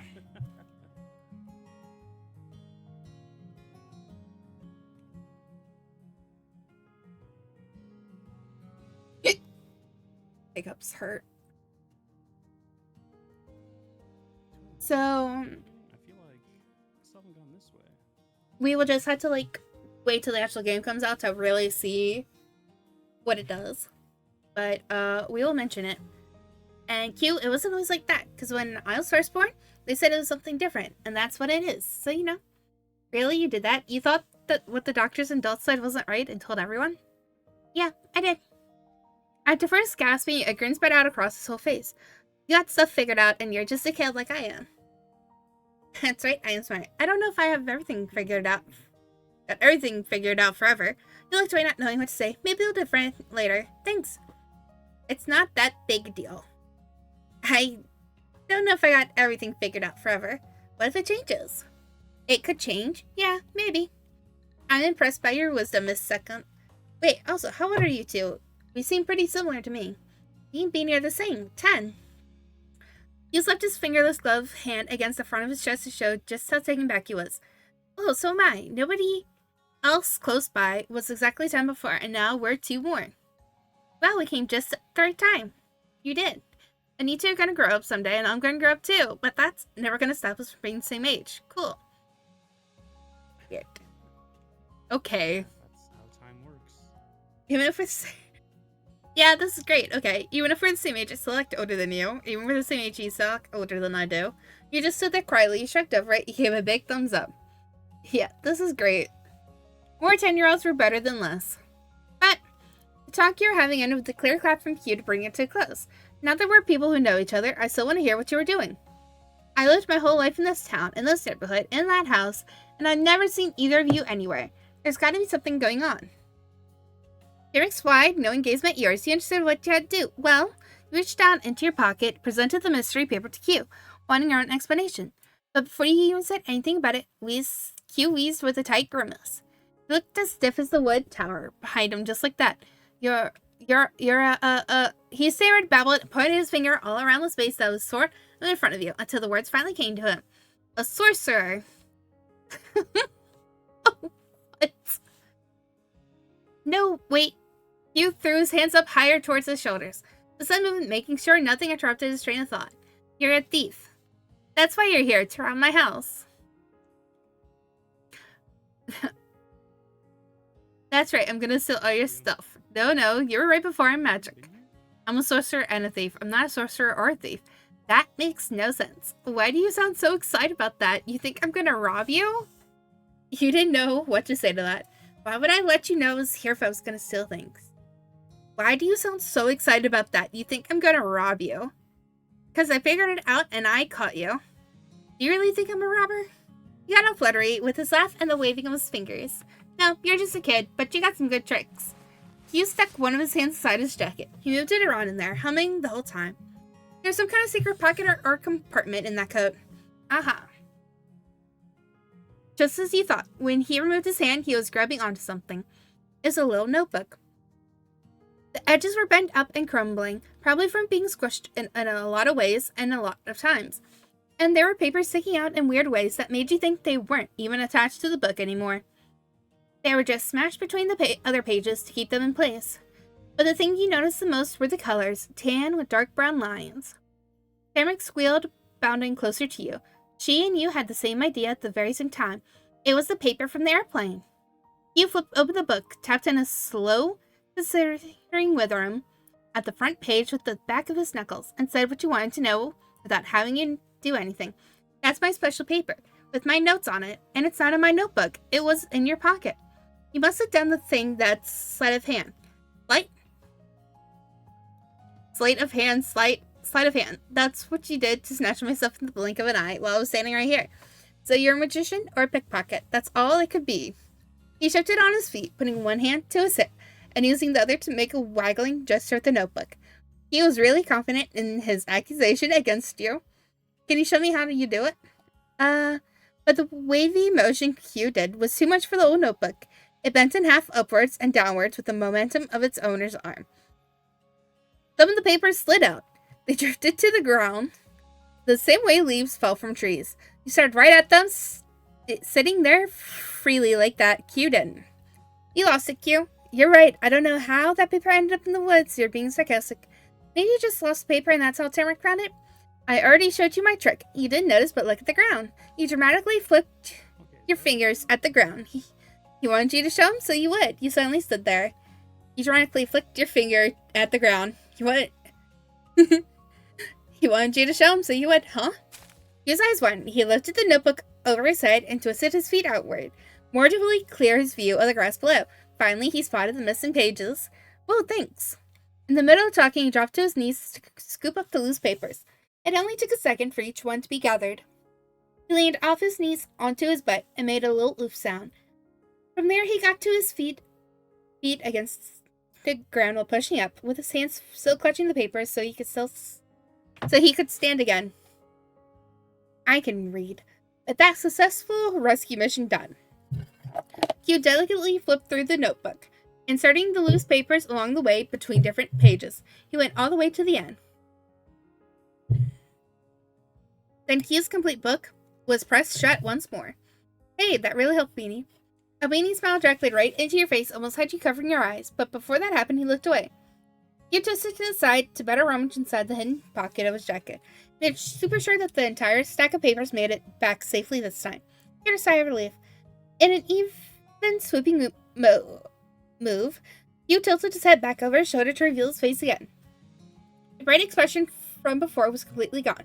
He had a smirk again. So, did you see that? I didn't lose anything. This kid. Are you kidding? You lose stuff all the time. You just found it again sometimes. It was only because of me. Next time I'm not going to tell you about it. Okay, good for you. Whatever, Q. Your cheeks got hot from embarrassment. You're a real idiot, you said tiredly. You're an idiot, you said jokingly. You broke into laughter. Wow, Q was cool, you thought. Dang, Q was cool. You nearly had to admit it to yourself. You only shake your head. You stared unimpressed. Whatever. You simply shrugged. Good for him.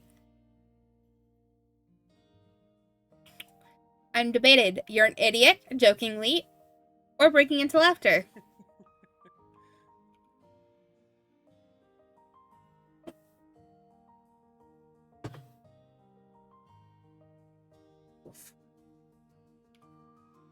Mm.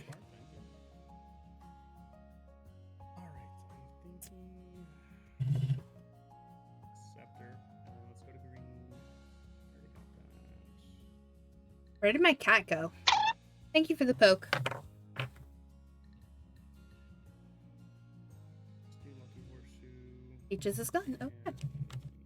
Okay. Voice, which one should we do? The you're an idiot or you broke into laughter?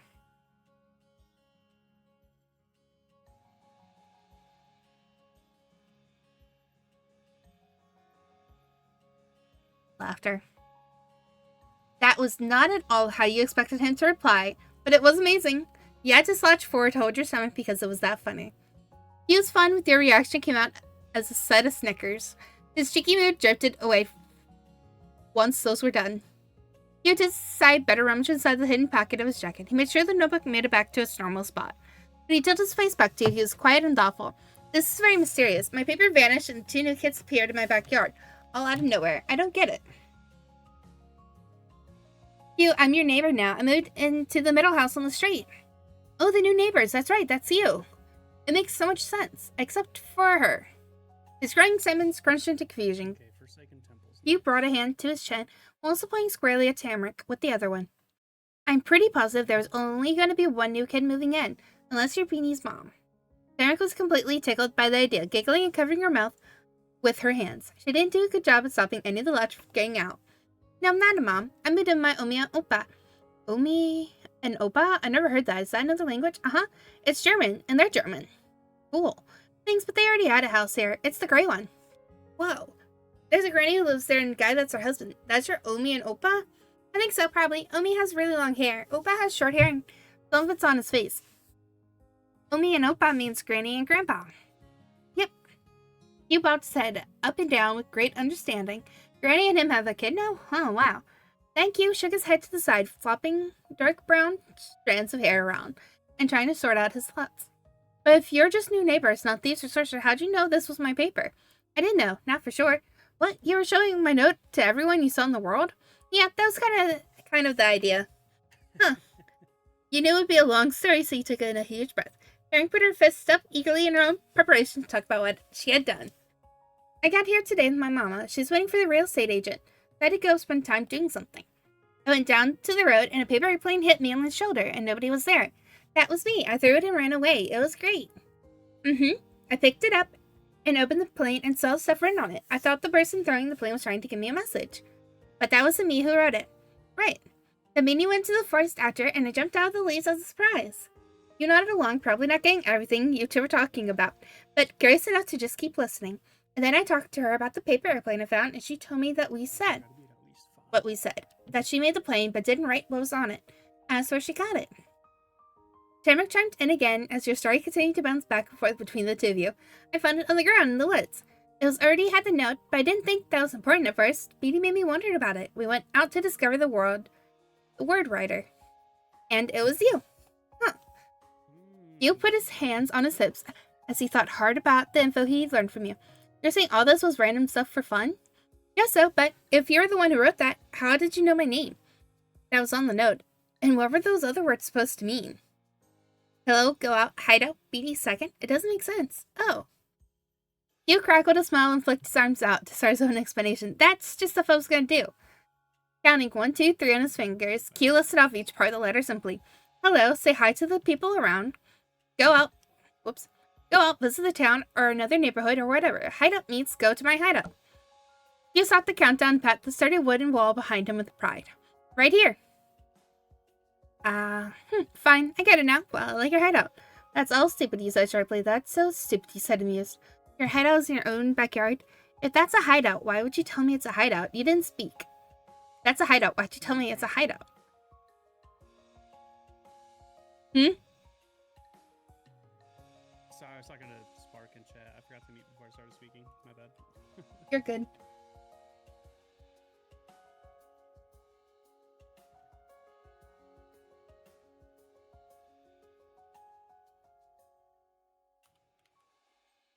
Sorry, I'm taking a water break.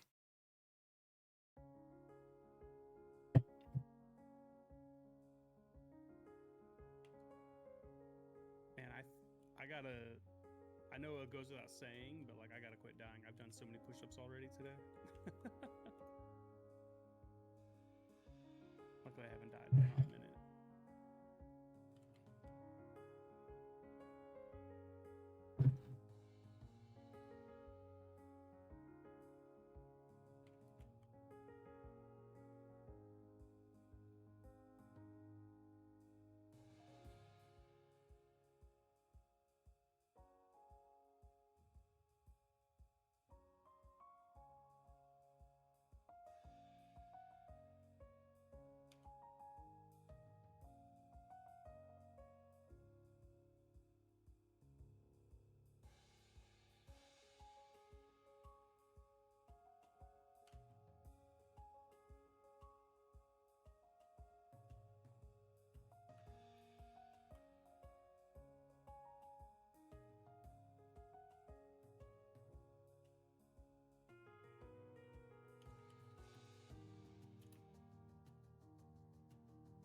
No skips.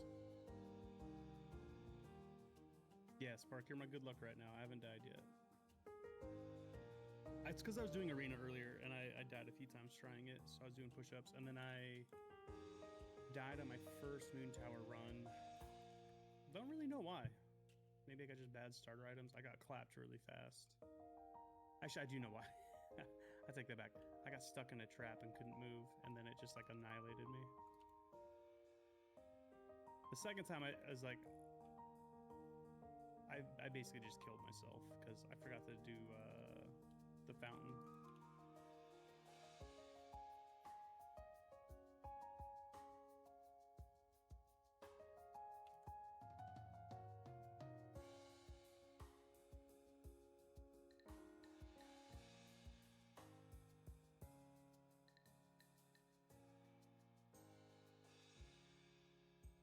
Let's go get that item real quick.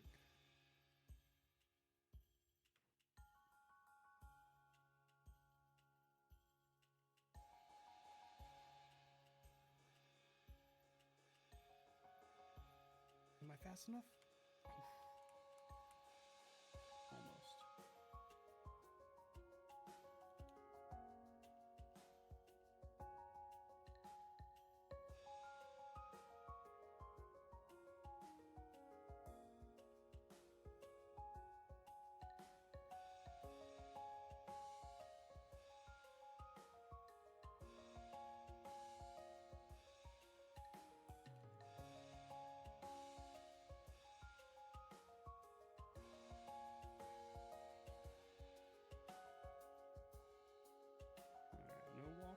Oh wait, is that another item though?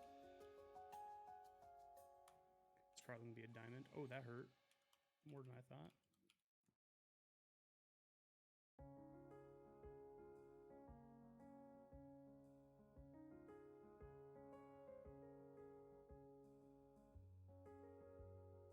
And after this run,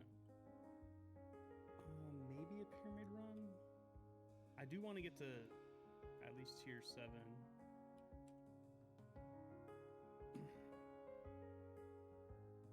But I don't know if I want to do 6 and then 7 or 6 pyramid then 7.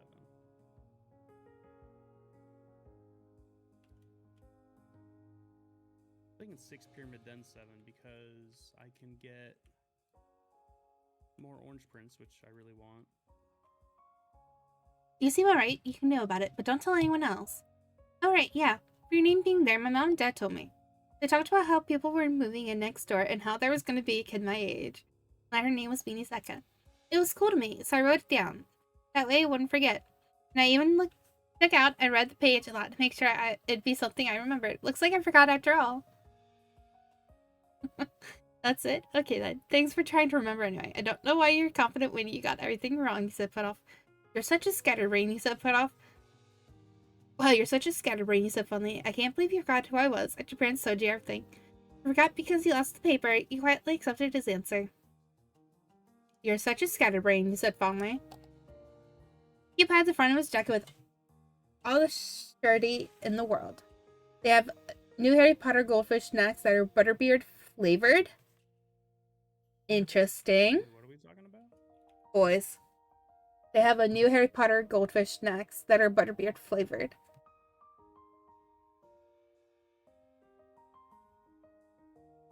I don't know if you saw, but I sent you a stream together request. You did not. I'll say I noticed because I'm not seeing the chat pop up, but that's fine. So wait, is it what's butterbeer flavored? Some goldfish. Like the brand goldfish? Yeah. Interesting. Don't they have butterbeer if you go to? I kind of remember them having butterbeer if you go to the There we go. Harry Potter experience. I tried to make butterbeer once. Like at home? Yeah. Really weird. Question: were you making real beer, or were you just mixing like? I was making it so Kenzie could have some. flavors and stuff? So it was no beer. And Oh, okay. technically, butterbeer isn't alcoholic. I know. I'm just saying, like, But I would it make would- it alcoholic. yeah. Anyone with any mind would think butterbeer. It has beer in the name. It has to have beer in it.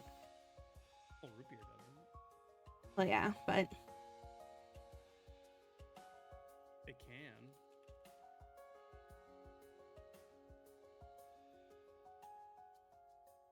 The reason root beer got its name is it used to be like I think a tonic. oh didn't it? wow.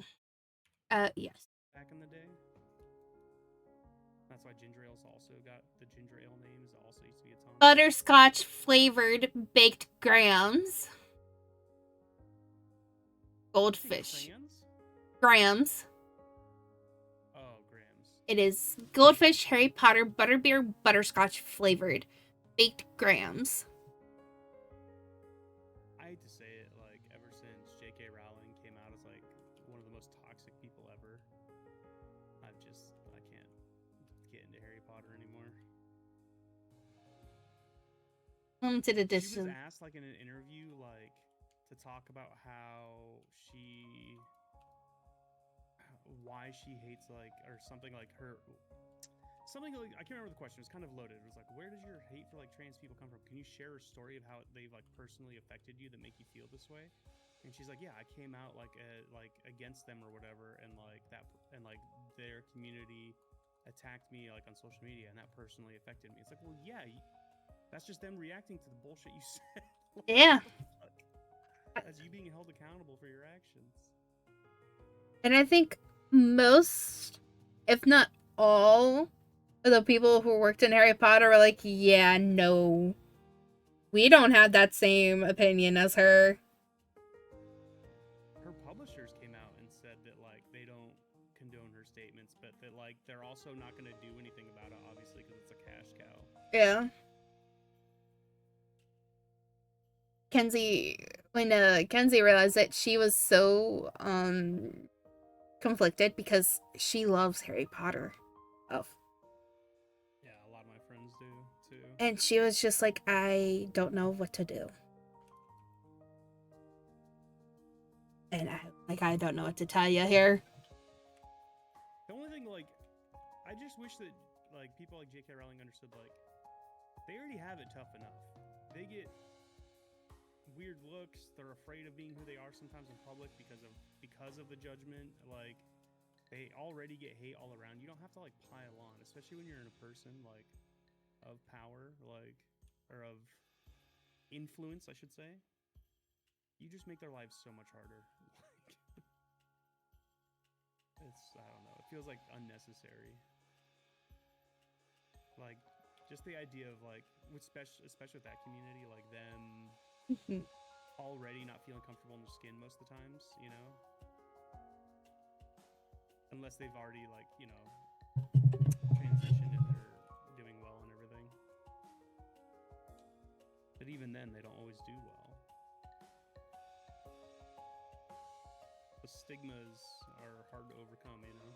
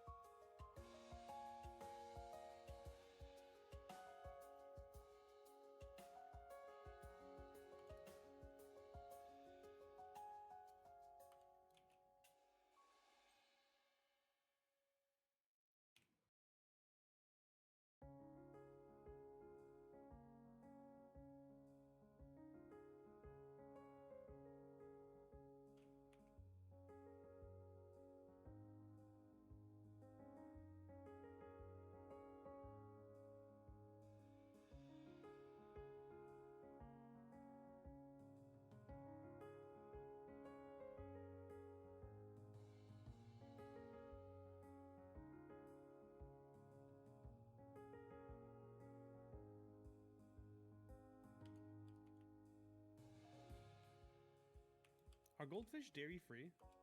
I can't even remember. They use real cheese, don't they? Possibly.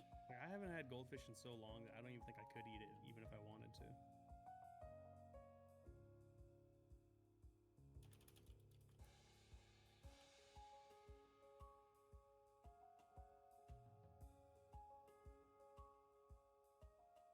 I do want that ore, actually.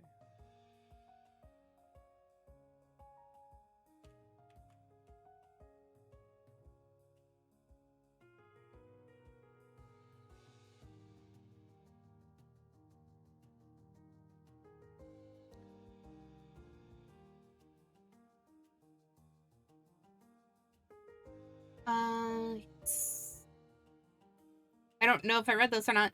Keep at the front of his jacket with all the surety in the world. You guess that was where the pocket was, but the notebook was set. More like an organized brain. That's pretty crazy with the paper airplane. It's really impressive you two put the whole thing together. He was right. You and Tamrick had now been able to discover the whole story. It felt good. You're proud of yourself. You didn't care that much. It went better than you thought. This means you did lose that paper out there somehow. What was that about never losing things, Q? Felt good. You're proud of yourself. But you realized you didn't know what to do anymore. Your returning thoughts were put on pause when Q suddenly changed the subject. Hey, Baby Tamrick, I'll walk you around back to the front. I want to hang out more. I should probably see how Omi and Oppa are. They're really old and need help sometimes. Yeah, we can all go back together. Alright, we can. Yes, I was gonna ask that. Well, okay, if you're both for sure. I won't be by myself. Nope, I don't want people coming. Alright, me and Tamrick are going to go together. No, you stay here. Me and Tamrick are going back on our own. Thank you, bye Tamrick. The two of us are going. You nod in agreement, you shake your head no. Alright, we can.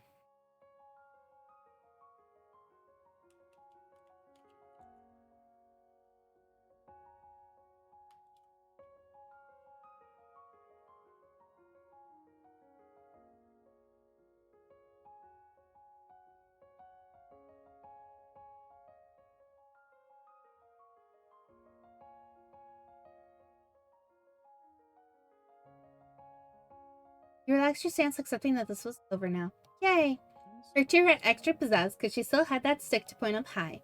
Storehouses! While chuckling, Q used his fist to enthusiastically punch the air and match Tamrick's pose. Homeward bound! This is really nice. We're going back as successful people. Alright, it's real loud. He smiled at them in agreement. You watched the two in shy silence. You're filled with confidence. You couldn't have been more victorious. To join in the celebration, you clapped your hands. You covered your ears. We're going back as successful people. Yeah. She had cupped her hands around her mouth to make it extra loud. We are victorious. And so you started to walk through the yellow tall grass to get to the neighborhood again. But you weren't going to be alone there. Shamrock bounded ahead, bouncing her arm up and down with a stick like she was the conductor of a marching band, while Q came alongside you with even, casual steps.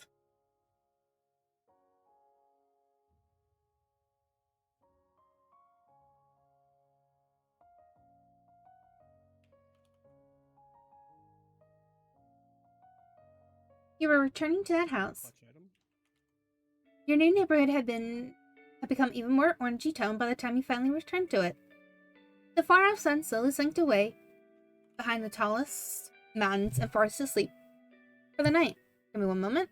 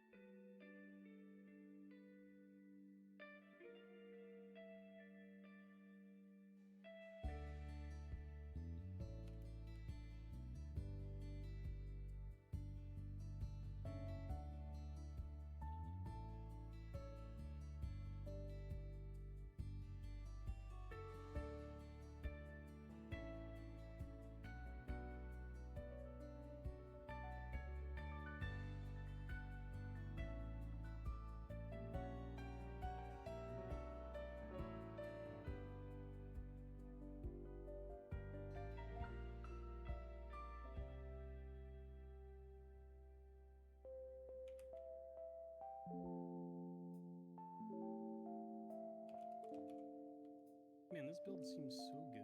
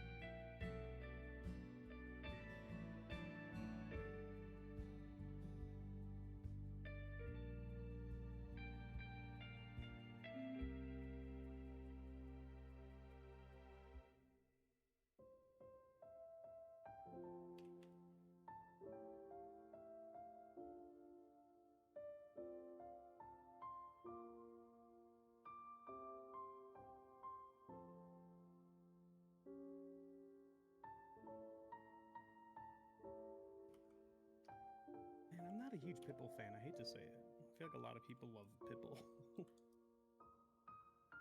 I'm not one of them.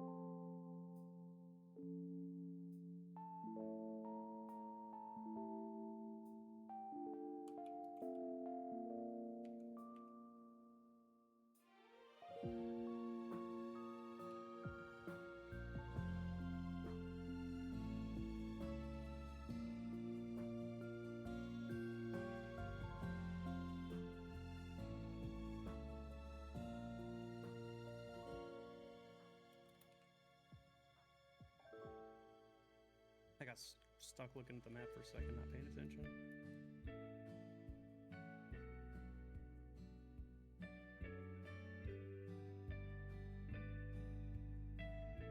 That damage adds up when you're not paying attention. Just let an enemy wail on you.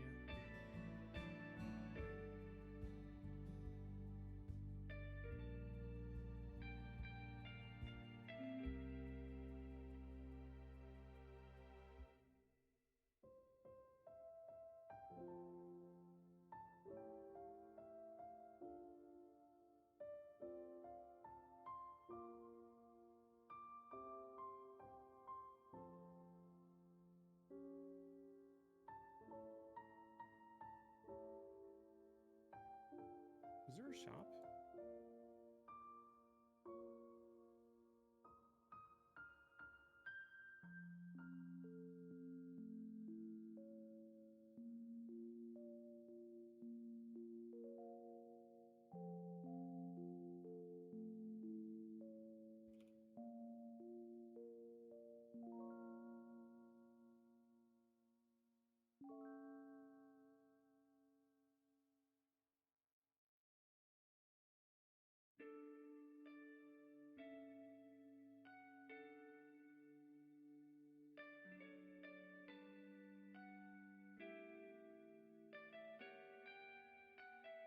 Just in case I get crazy shops again. Last time having all those kings offered to me, I couldn't afford them all.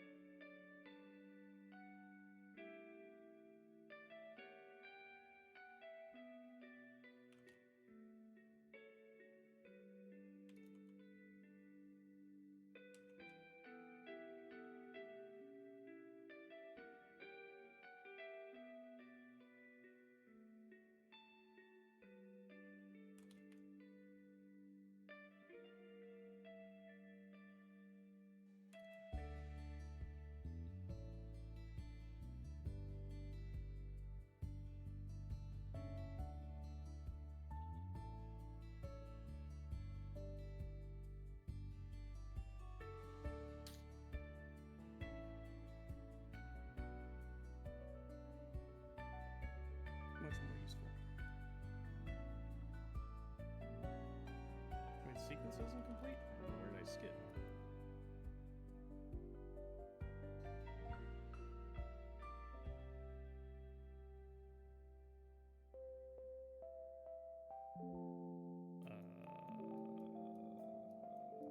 Oh, edit. I missed the wrong door. It's the wrong door.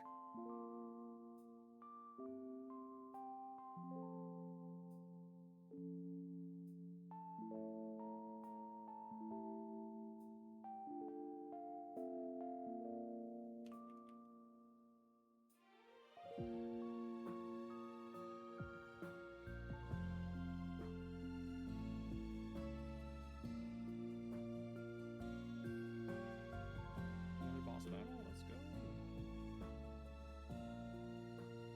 Now this boss can hurt, so I'm gonna have to. Okay, yeah, he's back. Sleep for the night. Your shadows grew larger, pulling away from your bodies to reach out into the street ahead. The dark shapes morphed and combined with one another as you walked in your own mismatched rhythm. Although the eyeball-chillingness of the outside world got more powerful bit by bit.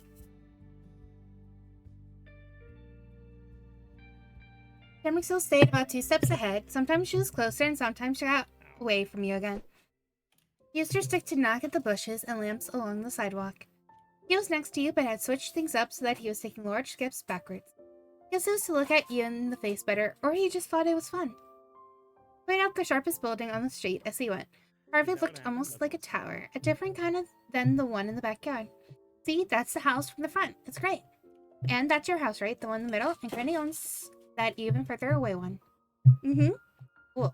The sounds of her steps continued to echo through the cul-de-sac until you came to a stop. Right in the center of the path, you arrived. Frank put both her hands up in front of her chest and waved them around. I'm going home. Frank spun in place before dashing further along the sidewalk. The sloped gray house on the other end of the neighborhood. Back clunked and jingled at her side the whole way there. Bye. Okay, this is it. He put on an eager grin. We gotta meet up again later. See you. He flipped around to go back the same way he had come with you. He needed to return to the pointy red house with the huge backyard. He didn't drop any papers this time. He waited there in front of the house in the dim evening light, watching the 2 other kids go to their homes right on the same street. Bye. See you later. Be careful on your way back. Thank you for coming with me. It was cool to meet you too. Gave a wave goodbye. You waved your hands in the air and jumped. It was cool to meet you too. That was everything. The whole outing was done. In the quiet resolution of your first day in the place, the 2 encounters you had early that afternoon drifted through your head. Tamrick and Q.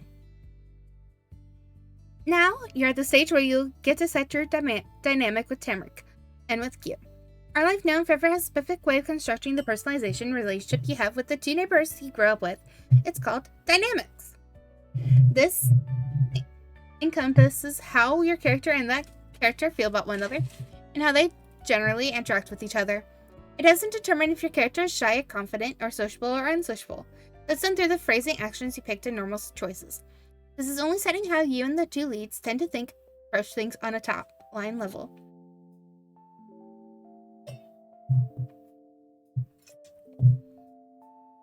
The settings can be the same for both Tamrick and Q, or be entirely different for one over the other. The first part of the dynamic system is that what you set for your relationship standing, your chosen relationship standing, is always mutual with the other characters. It's possible to change your standing at the start of each step, and even at certain points within a step, at least normally. There's some things that can't be changed once you pick them.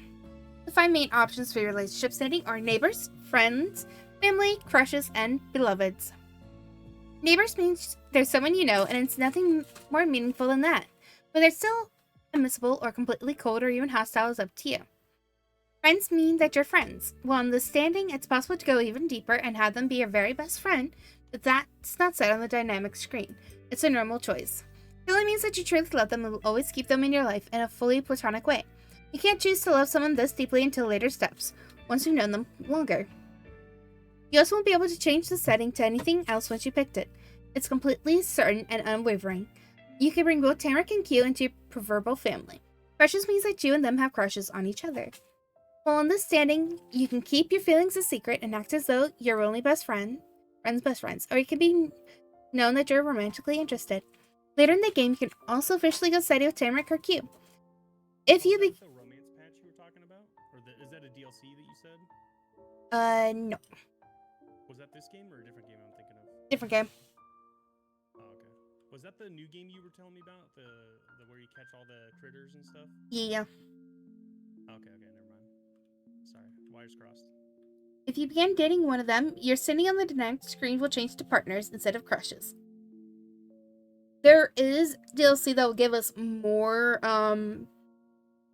time with them to give more better understanding of them.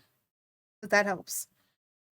So none of the DLC is really out yet, so we will not know. Well, yeah, this game is still being planned. But that's my point. Is like you're reading. Like I thought you were reading about future updates. Oh, no, I'm reading the tutorial because we're at a new thing. This is already in the game. Yes. What you're reading? Oh,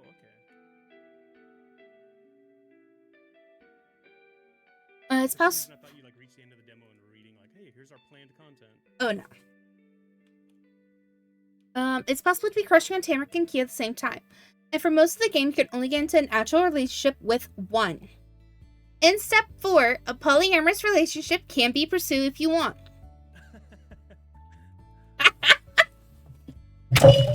That is awesome.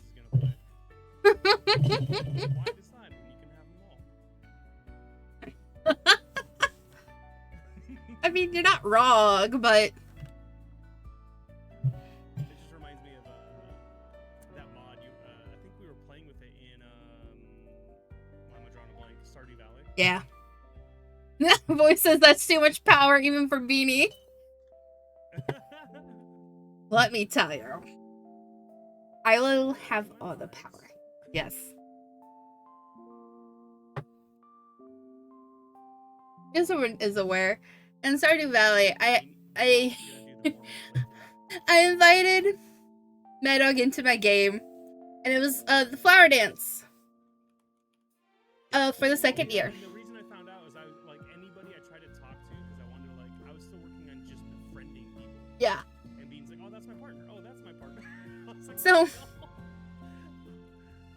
I think you mentioned that you were gonna ask one of them to dance. I was like, that's my partner there. That's my wife. Yeah. That's my little wife. You can't touch her. And then I was like, this is my... Because I think, at the time, at the farm, my husband, was still there. So I was like, yeah, this is my husband. And then the flower dance happened, and I was like, yeah, that's my wife. I could never pick between them. So I found a thing that let me, pick them both. And they're the characters that are like friends in the game, like already. You know what I mean? They're like all best friends, and so you just married all of them. Actually, technically, they have a... So, Sebastian and Abigail, who were my husband and my wife. Abigail has a thing for Sebastian. It's not known if Sebastian has a thing for Abigail or not, but it is known. Like they're all friends. Didn't you marry Sebastian's friend too? The third guy? Yes, Or Sam. guy, I should say. They're all in a band. Oh, I didn't know that. Yeah. I don't think I got that far into the game. Oh, whoops. Spoiler alert, sorry. It's okay. But, another little spoiler, they were looking for a drummer, hence. That's pretty much it. Hence how I knew that they were in a band. One of the things is that they were looking for a drummer. Beanie will have all the romance. Game and Tamric won't be romantically involved with each other regardless of the choices the MC makes. If you do date one or both, you can't break up them. The partner status can't go away once you get it. It's possible to change simply crushes to one of the other options if you want to. It loves me that you truly love them and will always keep them in your life in a clearly romantic way. You can't choose to love someone this deeply until later steps once you've known them longer. You also won't be able to change the setting to anything else once you picked it. It's completely certain and unwavering. Like crushes, romantic feelings can be known, a secret, or you can be official partners. If you're at this setting, you'll also want the possibility of getting engaged and changing your relationship setting to fiancés. Sophie, go! You're not allowed down here. Go. Go. Of course, Go. You know why you're not allowed down here. Go. Go. Let's eat She's like, but I freaking cat poop and everything. have to leave. Sophie's a dog, if you don't know in my chat. You have to say you also unlock the possibility to get engaged. I read that there's no requirement to get married or even date. What you do or don't do with your feelings of love is up to you. The leads will respect your set boundaries. If you're beloved and make choices where you're hoping to get married but haven't asked yourself, your partner can be the one to be proposed instead. Dempsey will accept that proposal by default because the game believes that they want that. You can't convince your partner to think marriage is a good idea and then reject them when they pursue it. That's part one of dynamics. Second part is expression elements. This is how you and the other characters generally interact with the other. Like relationship standing, expression elements are determined separately for Tamric and for Q. It doesn't have to be the same for both, but expression elements don't have to be mutual between your character and Tamric and Q. Beanie's marrying everyone at the same time. So if you pursue marriage, you have to marry them. You can't Yes. change your mind at the last second. Yeah. Yes, Mongoose, that is a bean. No runaway bride situations. No Yes. Julia Roberts.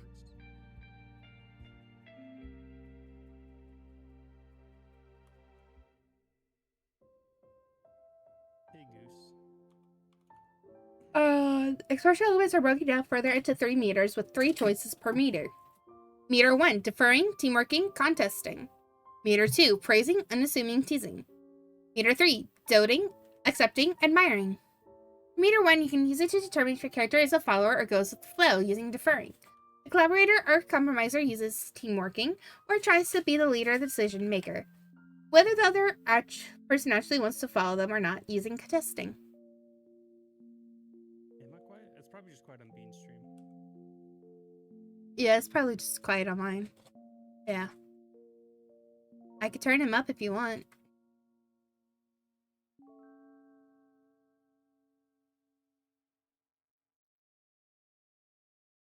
It could be the Beans is reading too. Yeah. If you have ducking on, so everything gets quiet when you talk. You leave my cat alone!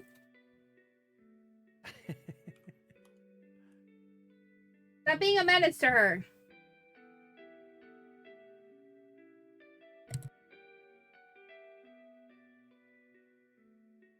Sophie's probably just trying to be friends, but doesn't know that Sophie's too big to probably be playing like that. At least I imagine.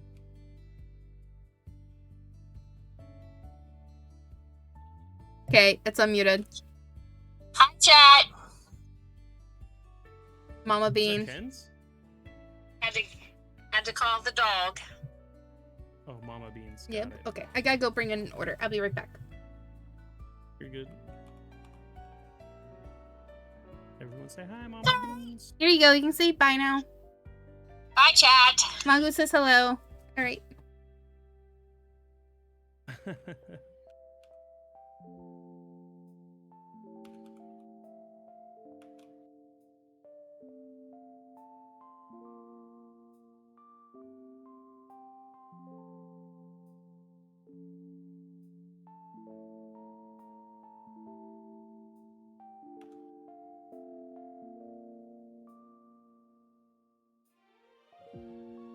Sorry, I was reading chat. So over here, over here.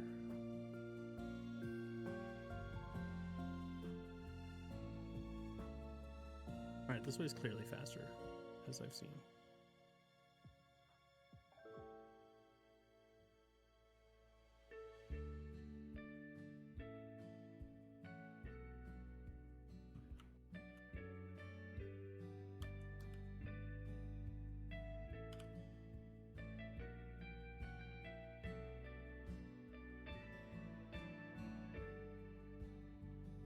They die so fast.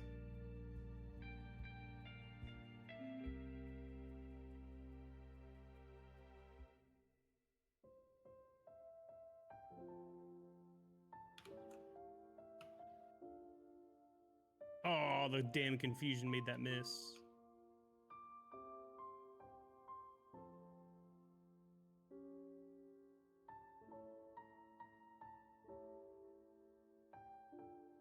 Oh my god.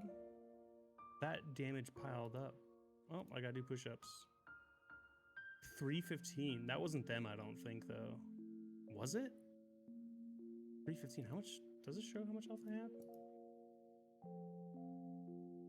I'm upset I died right there. Like, I was pretty far.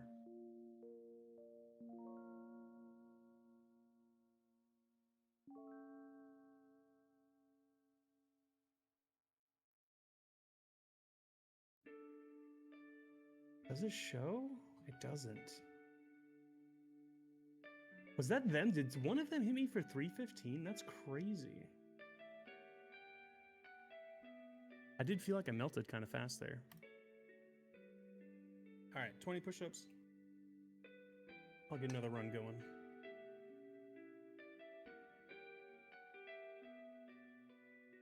Wait, am I... Oh, I'm level locked 2 now. I needed that run to complete.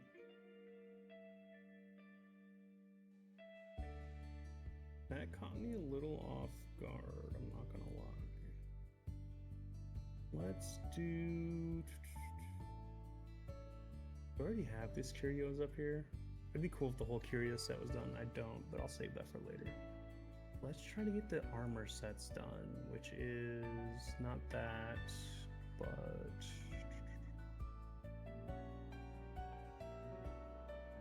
I guess I could add more damage. This is one of them. Let's do that one.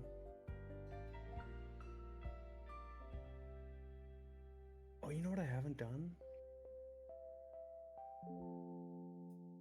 I need to do this one when I get a chance. Yeah, Woe is right.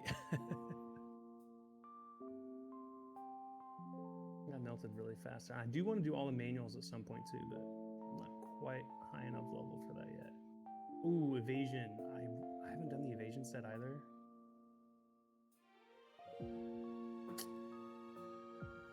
Kind of want to do that instead. I think all the rest are whites, aren't they?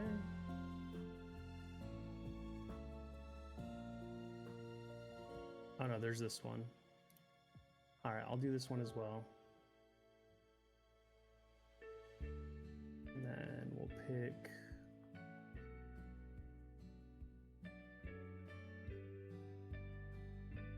What's the last one down here for that set? Journeyman's. Journeyman's. Oh, well, Journeyman's is almost done already. Evasion. Okay, so Crap. this set should... Oh, wait, is there one more? You just move. Oh, it's up here. It's, this one.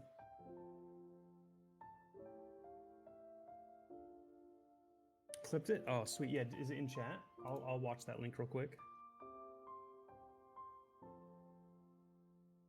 Let me pull that up. Any clips? You just go. Mute that ad. Can I skip the ad actually? Yeah, get out of here.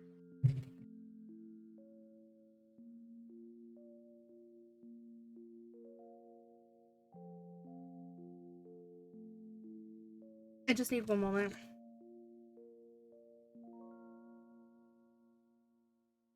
I was given sinus stuff.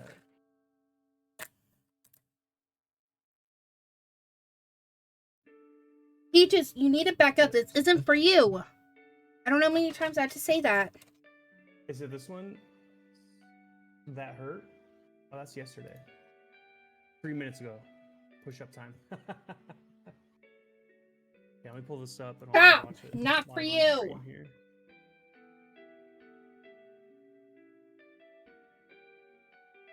All right. Let me rewind it.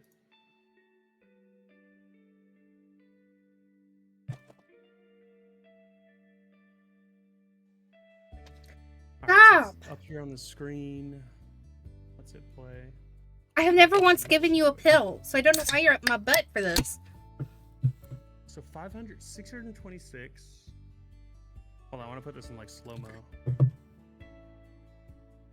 Speed. Let's go half speed. Combo's up. So, oh my gosh. Yeah. That really did. So to get me down, I should still be fine here. My health regen should be good enough. in most cases. Thank you for that hydrate voice. You know what my 328, so mom that's did? exactly how much health I had. My mom. I love my mom so much. 368, 73. There's the hit right there. Oh man, if I'd gotten the potion in fast enough, I could have survived.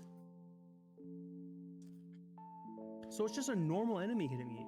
Why did it hit so hard? She got me a 2-liter ginger ale, and then she got me an entire whole case of cans of ginger ale. That's crazy. And she also got me some meds for me to take so that I can get better. I should have muted Discord for that. Yeah, you should get better, Bean. We all want you to get better. Peaches is currently getting in my face, so every time I open up the pills, which they're just for sinus infection, but she like keeps getting in my face because I normally take meds, you know.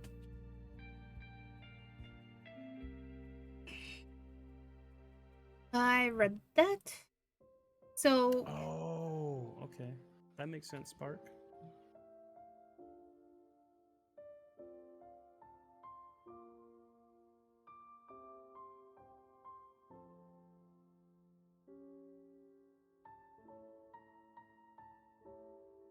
for meter 2, it depends if your character is the type of person to go out of their way to make comments on the other person and what they do. If not, they're unassuming. If so, the comments can be complimentary or even flirty if praising. What was that for?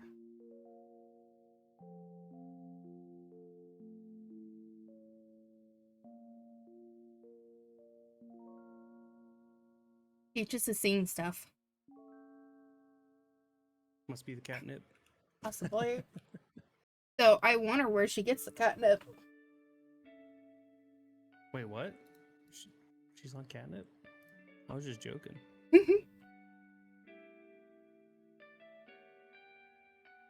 I have a thing of catnip for her, but I don't know where it went.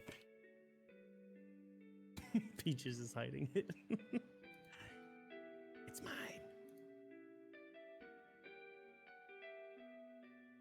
All right.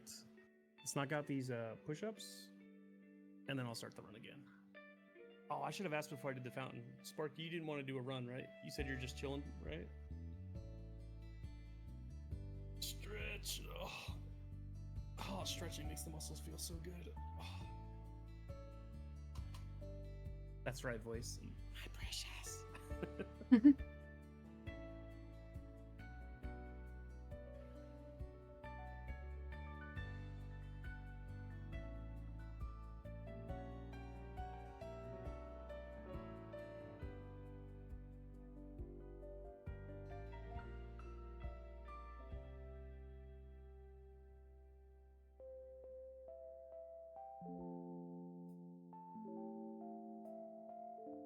I know I did. How many push-ups have I done?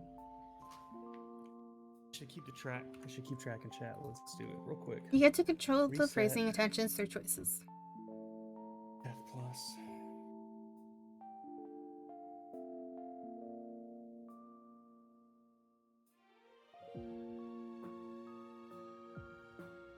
Meter 3 can be set to determine how your character views Turmeric and Q. Do they feel like they need to look out for them, or that they're on the same level as each other? Or that the other person is more incredible than most? When you first met Q and Turmeric in the story, they go with their normal kind of behavior for their interactions with your character. Because of that, their expression elements are always the same in step 1. Q, teamworking, teasing, doting. Turmeric, contesting, praising, accepting. As you spend more time with Turmeric and Q, you'll get to know your character better, and each of the next steps, their expression elements can change to match that. If, for example, you're friends with Turmeric and express displeasure whenever she insists on getting her way, you'll notice that. Okay. In step 2, instead of contesting, she could be teamworking with your character, or even deferring, depending on the details. The connection with your character will develop organically. Though, in future steps, you'll also have the option of customizing their expression elements if you want to make sure your playthrough has a specific feel. Starting in step 2, if you're more than just neighbors, a 4th expression element meter unlocks. Envious. Meter 4, envious of, not jealous, jealous over. Envious of means that one character is envious of the life, appearance, abilities, relationships, or something else of the other person, depending on the specific involved. Jealous over means that they feel discomfort if they think the other person seems to like someone else more or isn't spending as much time with them as normal and such. The jealousy meter does nothing but let you add more negative feelings or relationship competition and directions as an extra element of drama to your life. By default, you, Tamara, and you will always be not jealous, which skips all that. You'll have to choose to customize the expression elements and set them to being jealous in one way or the other for that kind of emotion to crop up. With leadership standing and expression elements, you'll be able to have a truly personal dynamic with Tamara and Q. There are dozens of combos for the steps you're in, and when you're going from step to step. Being at crushes in step 3 will be different if you used to be friends than if you were crushing from the start. You have plenty of options to try out. That ends the dynamic system tutorial. We'll hope you enjoy the connection you create with Tamara and Q. Probably faster to go the other way. Teamworking. Actually, no, we'll keep praising and accepting. And we'll be friends. Because why not? We just state Tamara looks so cute in this.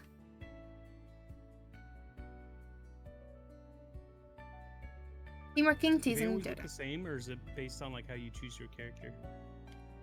So they're always the same in the beginning. That makes sense. In the second part, I do believe that they get a new Try to charge my shot that almost got me stuff. killed.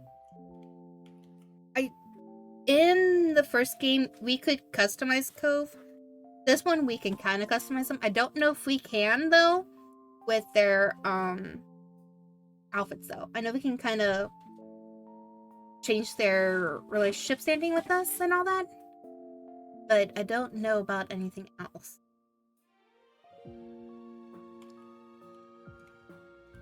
So you actually just have to like the way they look and like everything when you start. Yeah. They're both very cute and adorable. Do the Our Life games support mods? No. Not that I know of. Like in Stardew Valley, you would always add like the different cosmetic packs for all the people. Mm-hmm. It's mostly just to give them like a winter or fall outfits. Instead of them having the same portraits outfit, you know, every season. Because that makes no sense. Wait, hang on. I am missing. Are you missing? Oh yeah, that's right. Give me one moment. There we go. I forgot to put you back. I forgot. I'm not using my actual V model. There you go, Mongoose. You're back.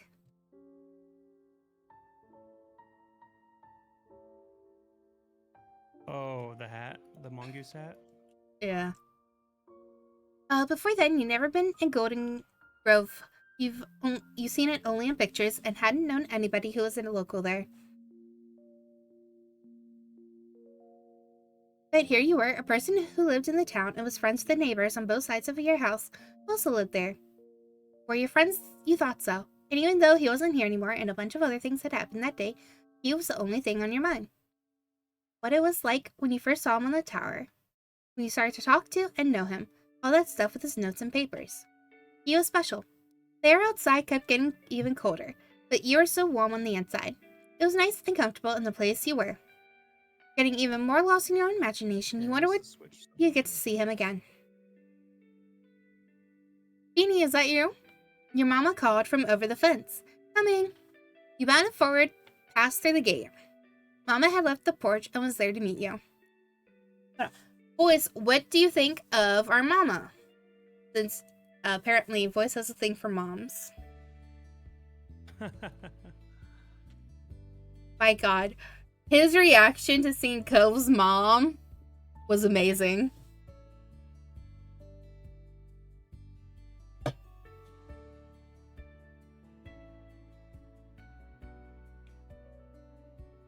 I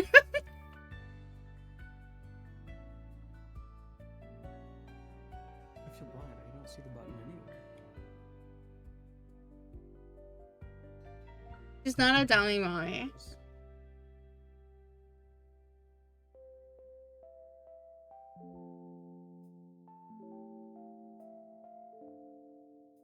And the other ones were? She's a good mommy.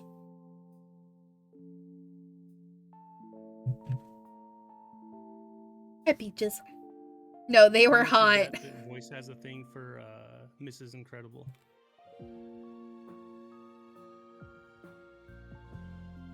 Do you voice? Yes, that's a yes.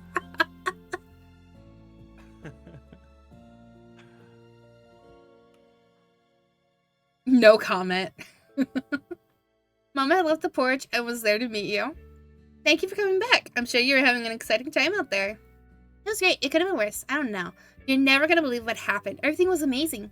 You squeezed your legs, thrilled at what happened. You didn't say anything about it. I wish I didn't go. You clung to her, relieved to be back, and upset you had to go. I met people, Mama. Kids my age. I met a boy I'm gonna marry. That's what you're telling your mom right now? Yeah. As a 10-year-old? That's awesome. I mean, we could also tell that to our own moms in the first game with Cove. You could be like, I'm gonna marry him. And they would just, like, Wait, are you give 10 in the first game, too? I can't remember. You're 8 in the first game. Okay, okay. One moment. I gotta do jumping jacks.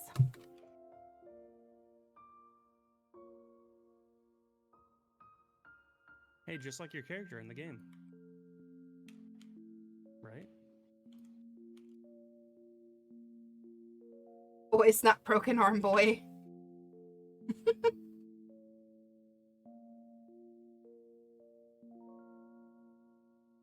That voice make me do lunges after I sit down.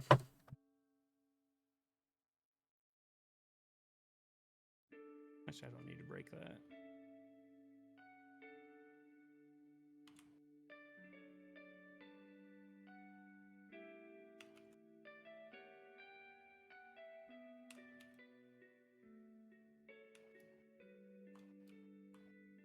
Put me out earlier. Payback.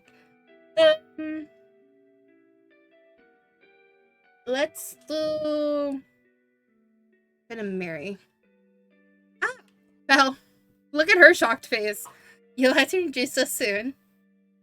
Beam, I am shall go. Okay. Mongoose, I hope you, have a good day? Or sleep. Night Goose.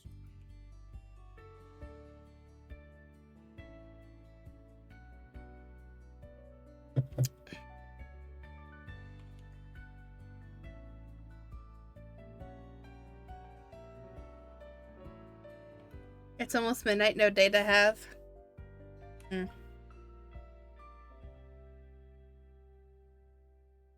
Sounds about right. Good night, Ruffles the dog.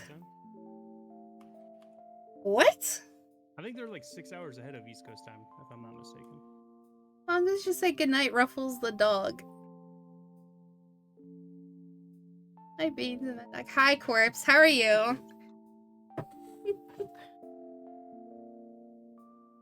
Well, it goes with the build. Let's do that. Okay, hold on. And then let's hit the skip. Yes.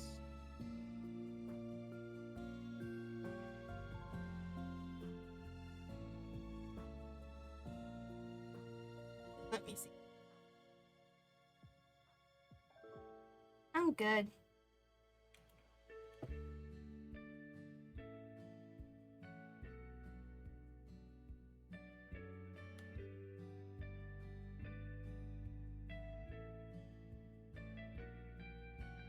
Is that Peaches? Is that you? Is that you? Is that you?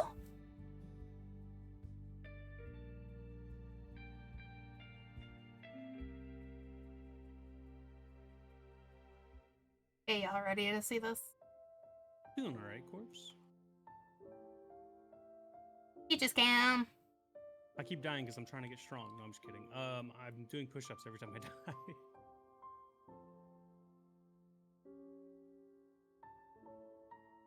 I can't remember if I've died 5 or 6 times, but I've been keeping track of it in chat as of lately. $8 food! I'm so proud of you, baby! You only like the blue can? Is that it?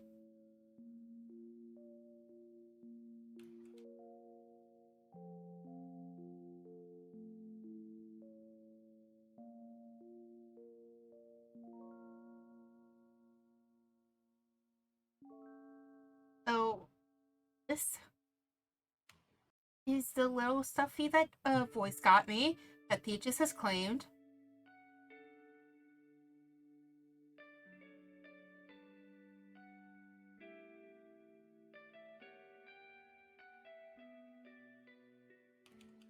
Up. All the freaking all over it.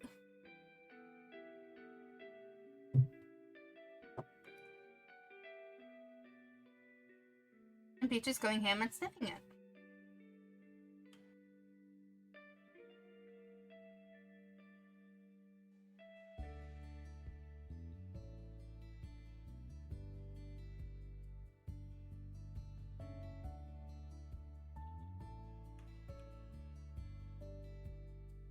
I can get.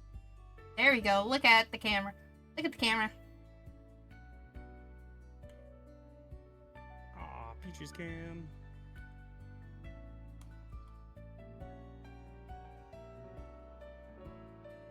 Oh yeah, Peaches, we're watching you.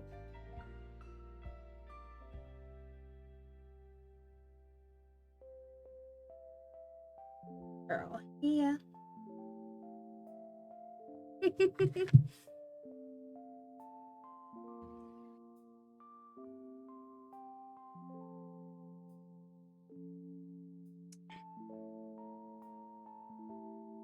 Man, that's a lot of fireballs. Oh my gosh, just go that way.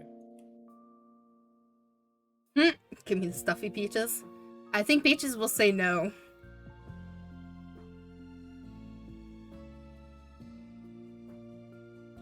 I had to soon.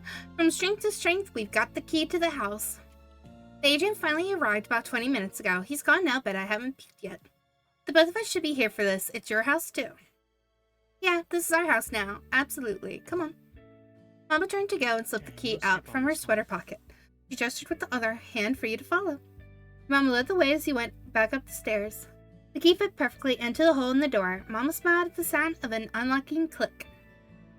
Carefully, she leaned forward with her shoulder, giving it a nudge, unsure if the best option for the agent door was extra force or extra restraint. The house opened with a creak. Air came out through the front like it was exhaling. Mama let out a breath at the same time. Over here, Beanie. There's space for you to get a little closer. You can see inside here. You scooched towards your mama's side in the doorframe. It was then that you noticed there was a mat at the front, at a light color and a kind of hard but fluffy texture. The sort of mat that get dirty looking right away when it was used. But it was still clean and nice. It hadn't been worn down at all, like the rest of the building. This part of the house wasn't just an old thing left behind by other people who didn't need it or want it anymore. Someone must have put it there for this happening, for your mama and you moving in. Right across the top, it said, "Welcome home." I also love that. Just like... Sorry. Look at the lettering. It looks so freaking cool. Mama softly tapped the top of your shoulder, bringing you back into the moment. She kept the hand there, leading you ahead with her. If you walked through the door, everything in the air was still. The wind was blocked, but it was practically as cold inside as it was on the outside. The house. Mama shifted forward cautiously, feeling around for a light switch. Got it. A dim light from the ceiling sparked on in an instant, and there in front of you was an old-fashioned living room.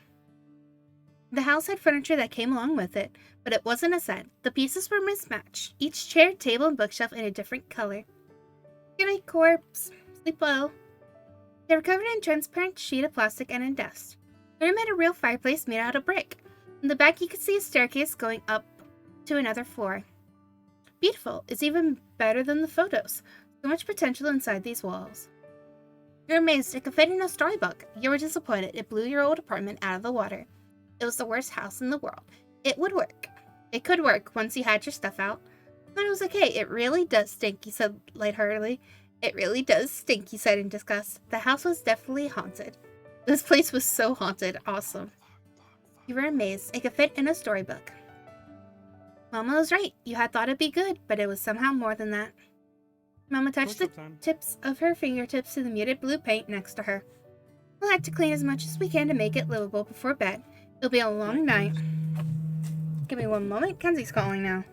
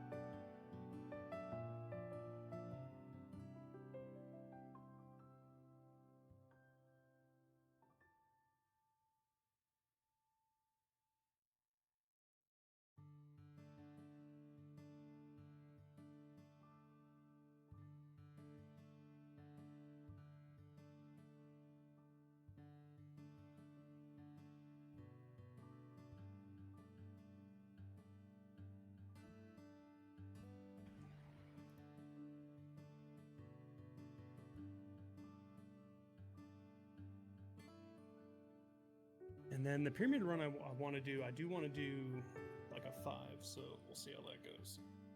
Oh.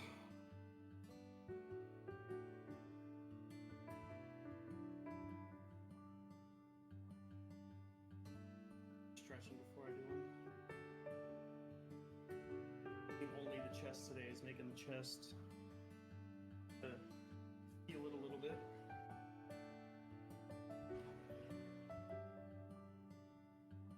Close grip or close hands push-ups and stuff.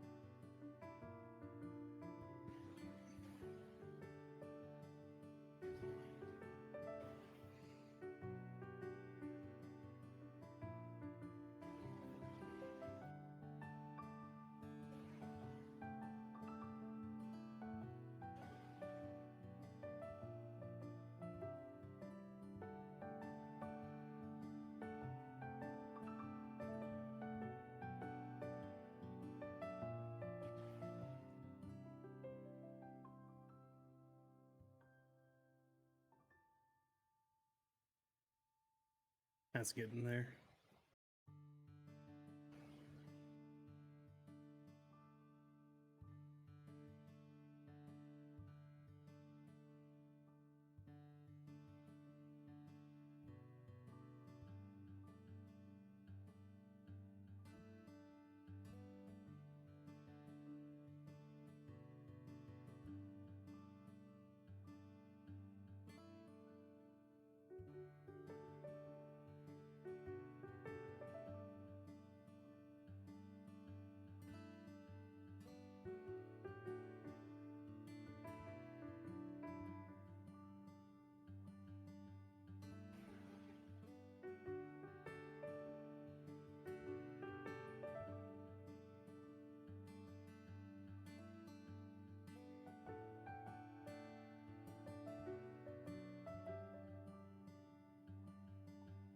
Is there a green dodge item?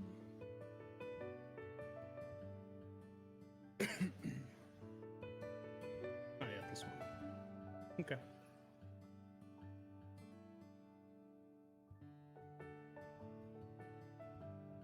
Alright, I don't want to have to do this again. Let's not get clapped in a silly way.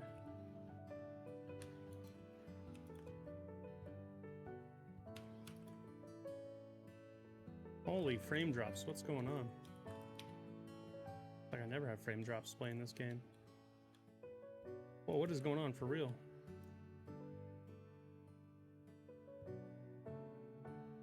What the hell? Do I need to reboot my game?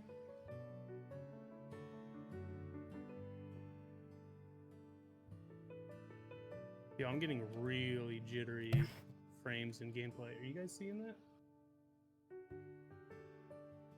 Alrighty.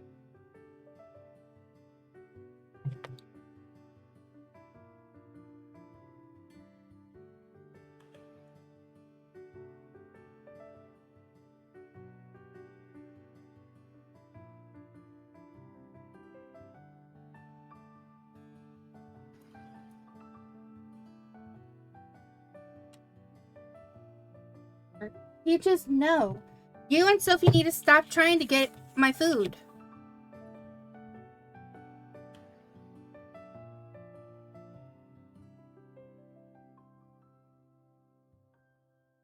Okay. Try to clean as I much think I'm as gonna we reboot my game real can quick. to make it livable before bed. It'll be a long night. We can unpack more of our things tomorrow, though. I'll be doing much of that on my own. You're going to be busy. Mama increased the pitch of her voice, squinting her eyes sweetly. Peaches!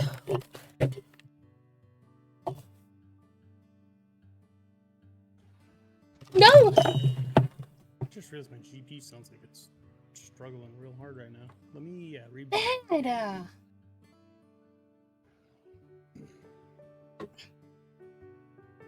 Oh.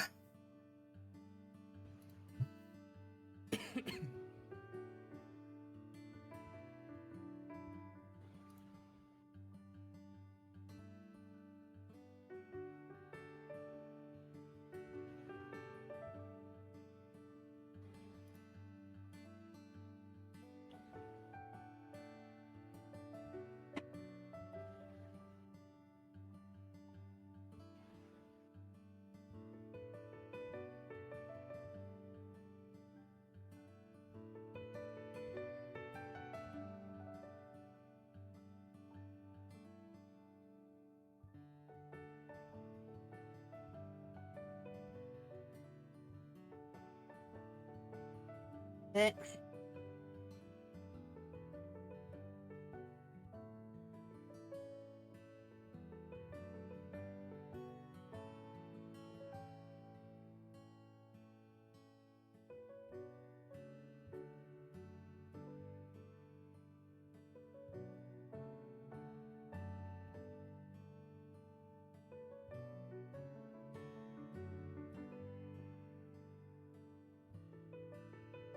After all, it's the first day of 5th grade. He grinned brightly, groaned, throwing your head back dramatically. You had hoped she'd forgotten. You threw your hands up in the air from excitement, covered your face getting nervous just thinking about it. You bit your lips, scared to even imagine having to go to a new school. You shrugged plainly. You got lost in thought of imagining what it'd be like. He glared at her, knowing that she'd bring it up so cheerily.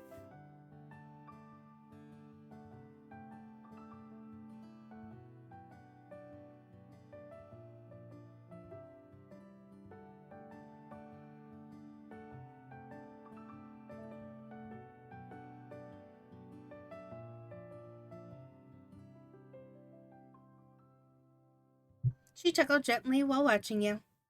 We got here just in time, Her eyes shifted close, and there was this crease in her brow. She seemed farther away without having gone anywhere. Even if I am here early for the job, I was not going to make you be a full week late to class. Hi, Carrie. Thank you for the poke. How are you doing? And thank you for the boop.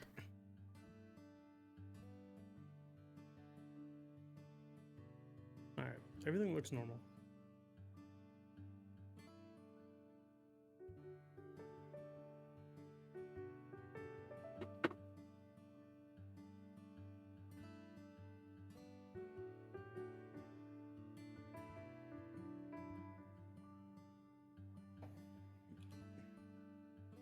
No, I'm mad Go at with for you, a normal Sophie. again. Being new to a town like this is already going to make you a point of attention.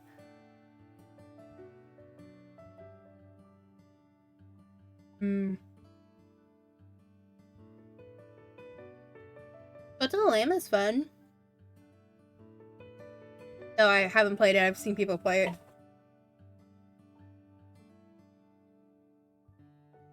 Sophie, leave the poor cat alone. Go.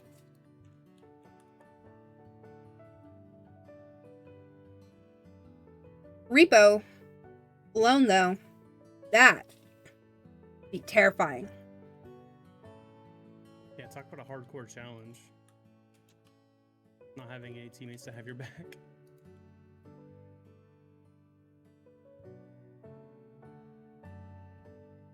You can tell she thought that was a good thing or a bad thing by her tone. But Mama didn't say any more about that.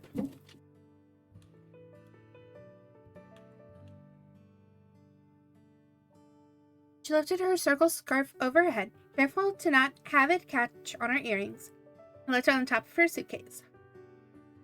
So, want to see the upstairs? Yeah. The second floor was more of the same. Lonely sealed away rooms with furniture nobody had been using for ages, that were covered up by plastic sheets.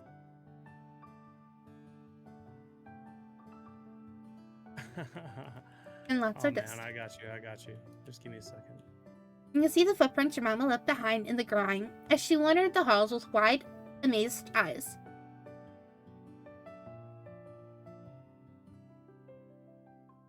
After checking the state of the whole house, Mama made a decision to leave the furniture in its protection until after the sweeping was finished. There are too many dust bunnies that might jump over to take a seat on your couches if a spot was available.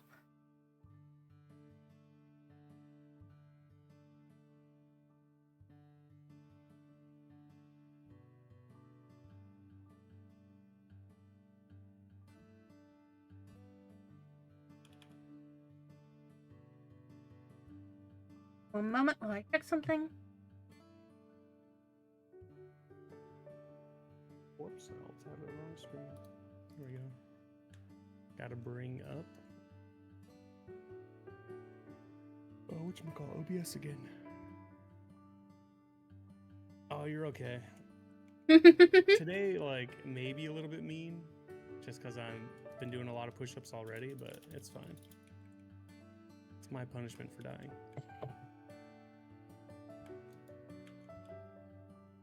If anything, you help me get back in shape. I mean, I used to do 500 push-ups a day, so doing a couple hundred should be no big deal.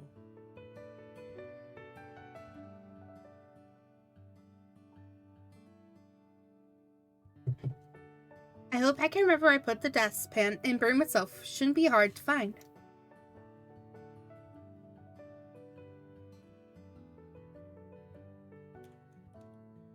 Thank you for the lick, Curry. I hope your stream goes well, whatever you decide to stream.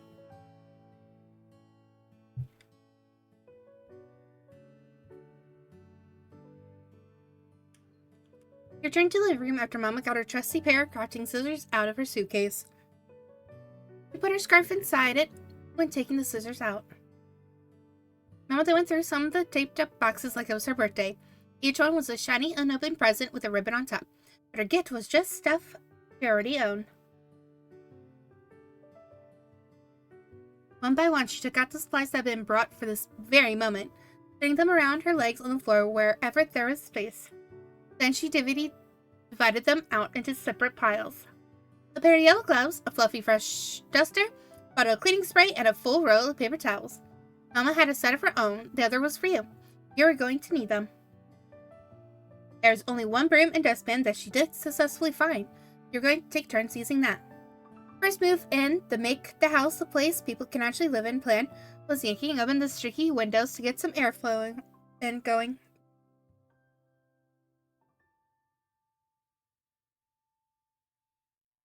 Wait, is that your mom talking to you, or is that the game giving you a tutorial? Oh, it's a narrative. I'm narrating it. What they're doing right now. Gotcha. It's like, this is a lot of responsibility to give a 10-year-old. Decorate the house, blah, blah, blah. My parents would not be happy if my 10-year-old self could decorate a house. First off, we'd probably have dinosaur wallpaper. Mongoose would go for that. I love dinosaurs. What can I say?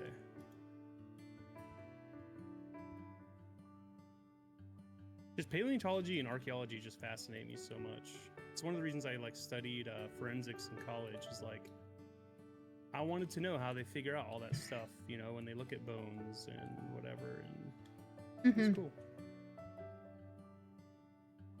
Sucks that most forensics is used for crime scene investigation stuff, but you know, it's still neat.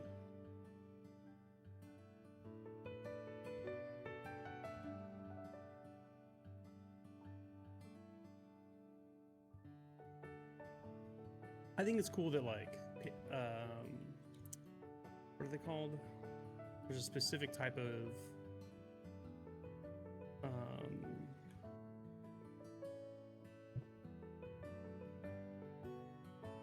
there's a specific type that they can do on dinosaur bones and tell how they died or what diseases they had or all that stuff. And it's pretty cool. It's pretty neat. That's how they know sometimes a dinosaur will die from wounds in a battle. Sometimes it won't. It'll survive, but it might get infected or something and then it'll die later. There's a lot of neat stuff that you can determine from looking at the bones. Oh yeah, I don't want to go that way, but I do want to go this way.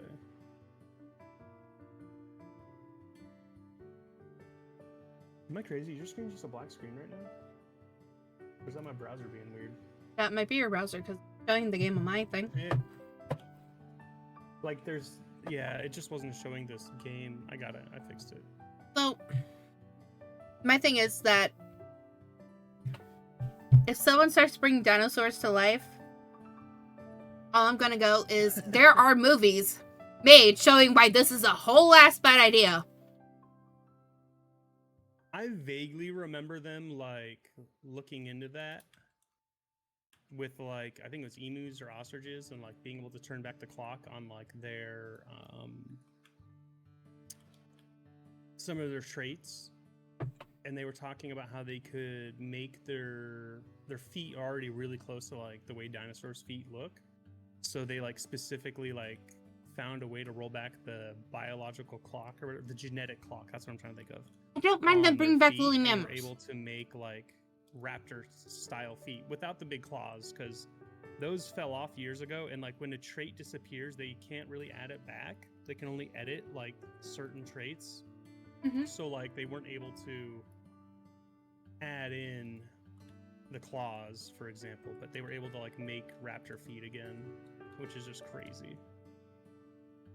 I saw the woolly was it woolly mice that they're doing for the woolly mammoths to come back. Oh yeah, they put woolly mammoth fur on a mouse. Yeah, you're right, they did that. Here's the thing, woolly mice now. we're closer to the woolly mammoth's time than the dinosaur time. Yeah. So them coming back, where would the woolly I would be mammoths live? sad. They lived in big the ice age. We're gonna have to put them all in I don't know, all the ice caps are melting. It's to bring back the woolly mammoth just to have the habitat they're probably accustomed to disappearing would suck.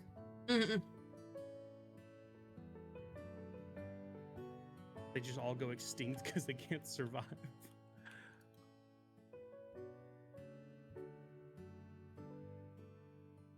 Yeah, I don't know how I feel about that, bringing that stuff back. Keep the woolly mice. That's what I say. The adorableness of them. They're adorable. When I saw them. Yeah, they have like they're almost blonde. Their fur. Mm-hmm. It looks like they like were a teenager that bleached their hair. You know, they bleached their tips. Mm-hmm.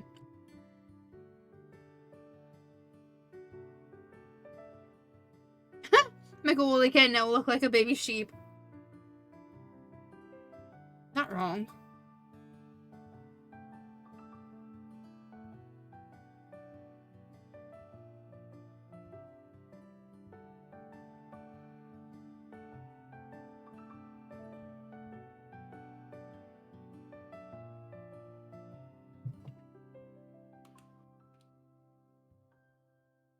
But before even that, you had to get the locks on the window themselves to come loose.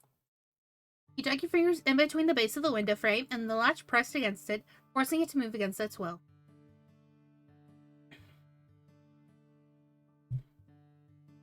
I'm like eating a little bit. So. I also need to do that soon. I might make a quick snack after this run. So it's just bread. I have a little bit of cheese too. But it's something.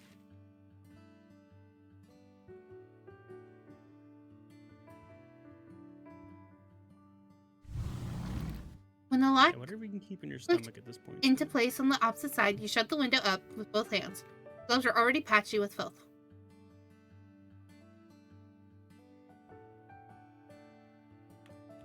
Icy crisp breeze that flowed in from outside was a lot more welcome at this point. You got a good look at the neighborhood while catching your breath. Streetlights had come on. You then left the window where to do its job and got back to yours. The two of you went back and forth and up and down around the house to open up everything that you could.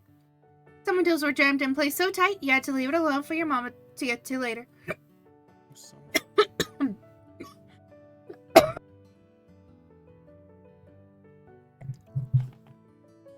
The next point on the list was to somehow scrub down all the floors, walls, counters, and every inch of space where dust could settle, which was every inch of the entire house.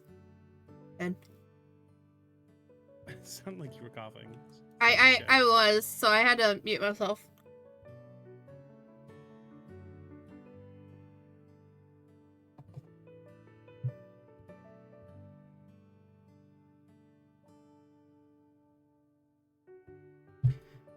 You picked a spot and gave it a sweep with the fuzzy head of the duster. A nice line of clear wood followed behind your motion. That pattern continued for a while, and whenever the duster layer was gone from a spot, you'd go back over it again with the clean spray to really make it shine. I was able to track down and turn on the heater, now that you could tell the difference with all the windows wide open. Eventually you had a short dinner break with your mama, sitting around in the kitchen together with the two of you as dusty as the rest of the house. It was packed. Meals from the car.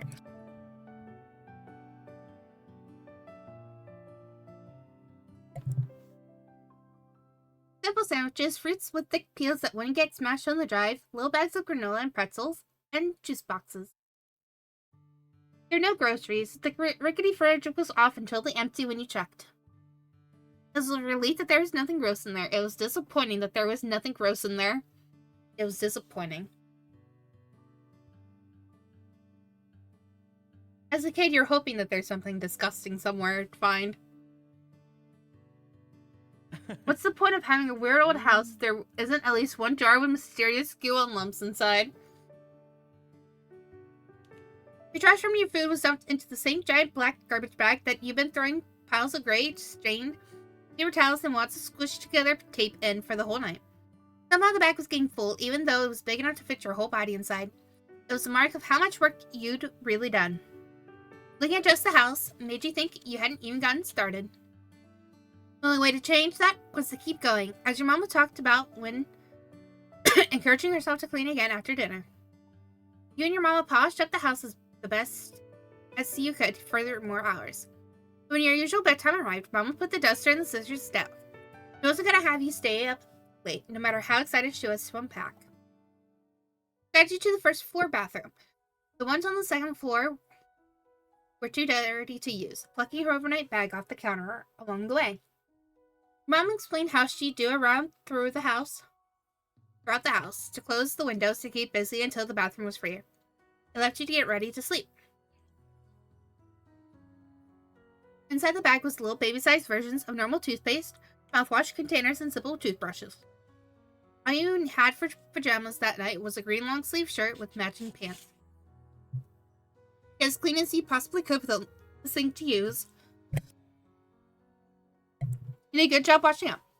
You were pretty lazy about it. You finished washing as fast as possible. You just pretended to be busy for a little while. You got as clean as you possibly could with only a sink to use. Trying to get the grimy feeling off your skin wasn't easy and took way longer than usual, but it was crucial. You kept your earmuffs on for bed. You took your earmuffs off for bed. Earmuffs off.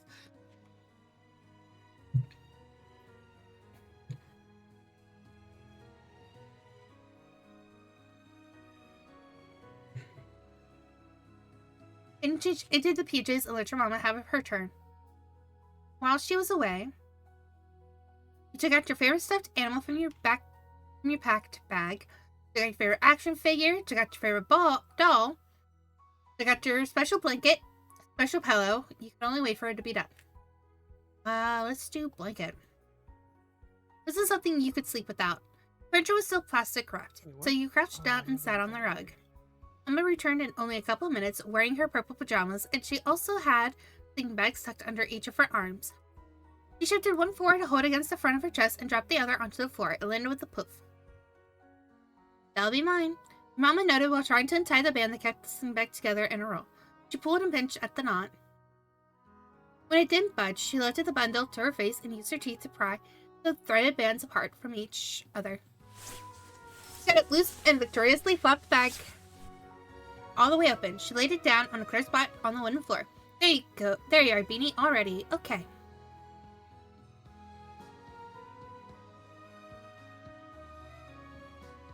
You used your feet and rocked back and forth to move across the antique rug, scooching forward towards the sleeping bag without getting off the ground. Mama chatted casually while spreading out her own bag nearby. Need to get some wood so we can actually use a fireplace on nights like these. Did your mama know how to use a fireplace? You've never seen one in person until now. And so far, you've still never seen one that had fire in it. Luckily, the house was warm and cozy even without that, since the window stopped letting the chill in. The heater worked. That was sort of a surprise to you. Mama soon settled down on the center of her temporary bed. Sat cross-legged with her back solid straight. Her hands came to rest on the tops of her knees. She made direct eye contact with you. Thank you for the help at the house today. It'll be home before you know it at this rate. I worked really hard, you said while stretching your arms. I'm so tired now, you said while flopping down. You're welcome. A house and a home are the same thing. The way she said it made you roll your eyes. You stretched your arms out, happy with the job well done. You flopped down onto the bag with a tired huff. I worked really hard. I agreed with that. She slouched her shoulders, easing away some of the stiffness. Hey, guess what I did in the neighborhood today? Mama, can I tell you about what happened today? I asked her how the day was. Mama, can I tell you about the day? I would love that, dear. With your mama's encouragement, you began to narrate the entire story of the paper airplane adventure. From the moment it hit to the way it led you down the forest crossroad, finding Tamarick in the leaf pile and all her surprises, the mean Q in his tower with his notebook full of loose pages. Mama listened with her whole self, leaning forward and grinning wider with each new turn you revealed. From the moment it hit to the way it led you down the forest. Oh, I already read that. You wrapped it up by explaining how you returned to the neighborhood with Q and Tamarick after everything you discovered. What a way to spend an afternoon. I'm proud of you, Beanie. You're a bona fide detective. I had no idea you got into such a winding journey. You kicked your legs up and down in your sleeping bag, very pleased with her reaction. It was a fun story to tell. My God.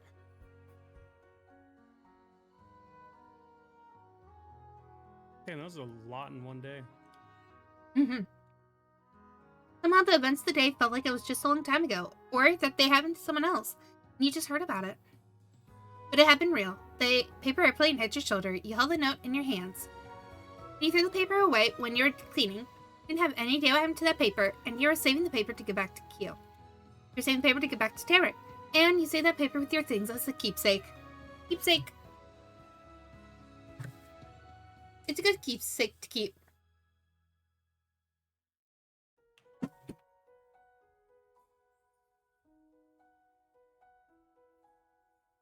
And nice memories that went with it. With your topic all done, Mama softly spoke up to share her own thoughts with you. It's odd imagining this entire building collecting dust for all the time, isn't it? No one wanted to live here. No renter's not the man who owned it, but it's a charming house. Yeah, it is. How do we get to have something like this? Mama pinched her lips in consideration that she kept talking. There aren't a lot of opportunities out in these woods, I suppose. My company, though, retiring of the former HR manager was the first big position I've heard of for this area.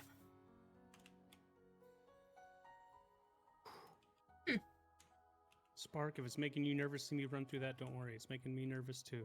And even that didn't open up for people already living in the town. I was asked to relocate to take the position. Creases grew around her eyes the more she thought about it. She caught herself before the frown could follow. Oh, but it's not an issue. I'm grateful. Find our place in the slow pace of Golden Grove. At least we'll have each other regardless. Yep, you and me are our team. Ow. It's right we have each other Am I to talk about stuff with. This is the wrong Let's be way. together. You can count on me, Mama. You know how strong you yawn, not paying too much attention. Yep, you and me are a team. A very impressive one, I'd say. Although, wait, maybe it's not only having each other, since you've already found yourself a husband. Our first day here. Mama tossed her head to one side. She let out an easy, freeing breath. We were glad she hadn't forgotten. That was important news. Then your mama stretched her legs out fully across her sleeping bag, wiggling her toes inside the black socks she had I'm on. just going this way. Seeing Mama right there on the floor with you was cool. You didn't hang out together during bedtime like this most nights. It was special. As you thought about that, your eyelids were trying to tape themselves up with the sticky, gritty stuff your eyes made when it was extra late. In one moment.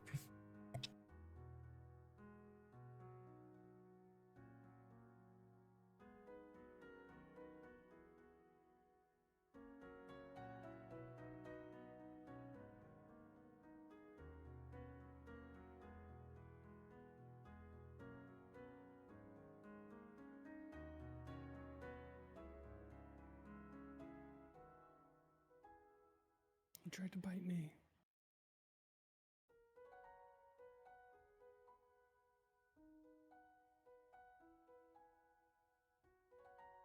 Yes, that's all I wanted. Grab the ore. Thank you.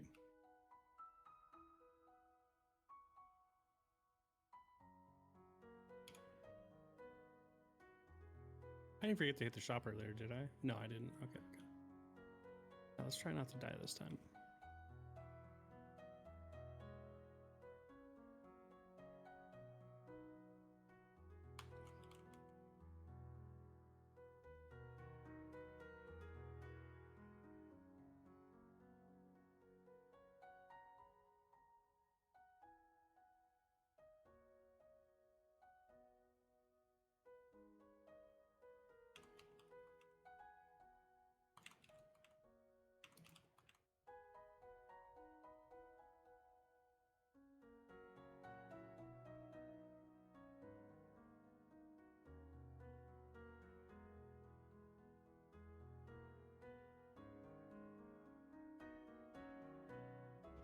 She was blue.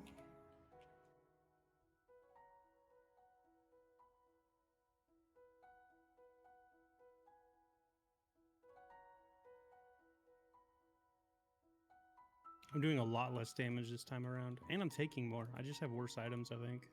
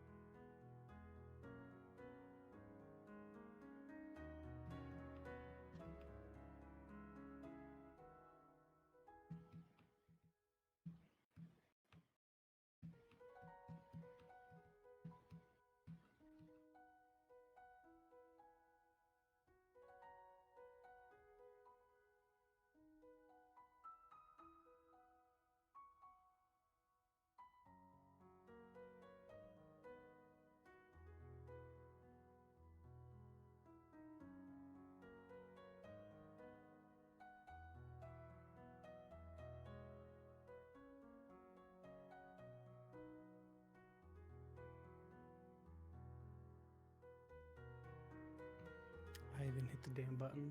Fuck. I was just late on it. I meant to go backwards and I ran right into him.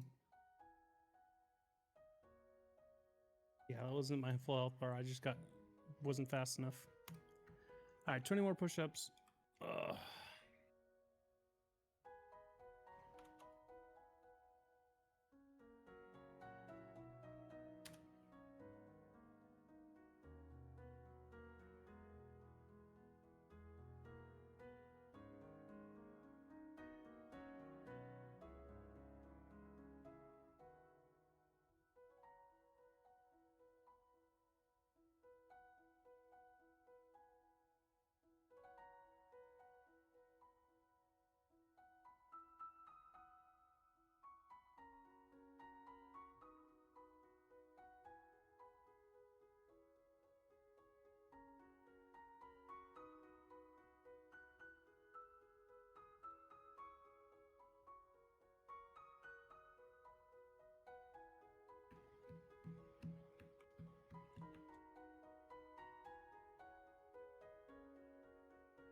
Sure. Maybe I do a pyramid run just to see if I can. Although I have a feeling it'll be very similar results, if we're being honest.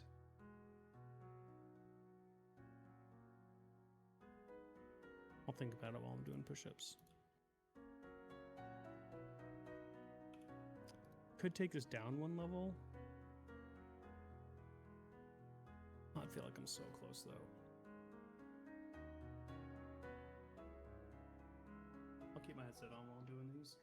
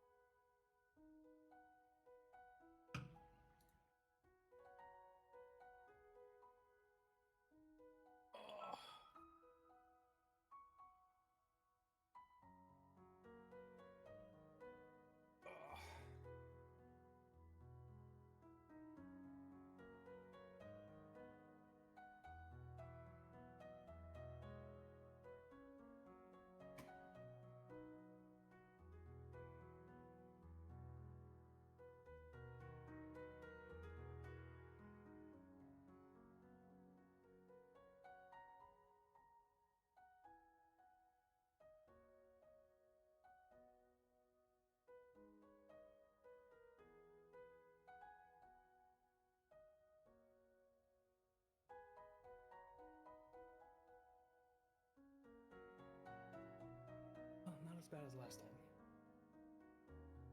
That just means I survived a little longer.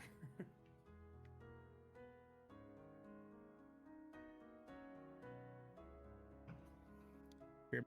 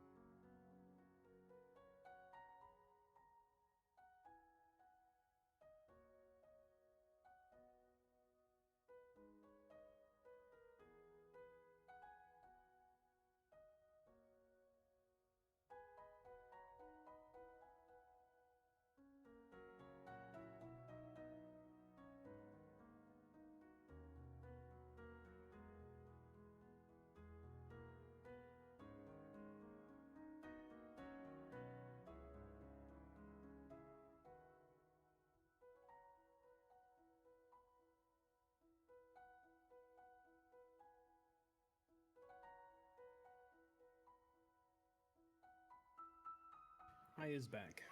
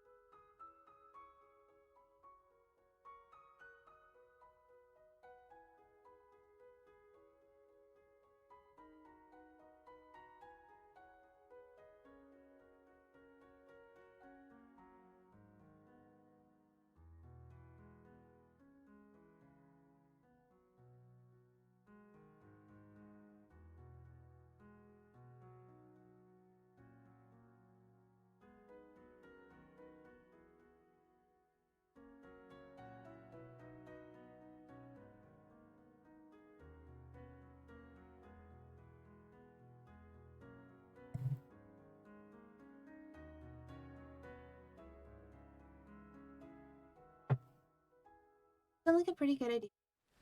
Using your special blanket into both your arms, you strain into the open end Welcome bag. back. It was made out of fabric that was so smooth it wasn't difficult to do. Move further down the edge to your chin. You're wrapped up like a loaf of bread in a grocery bag. Thank you for that. Boop.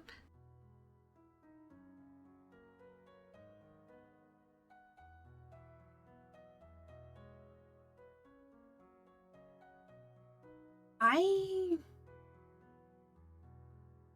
may just call it because I am sleepy.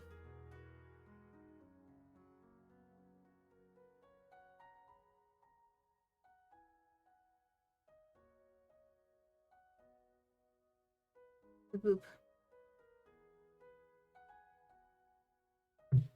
Hopefully I am better.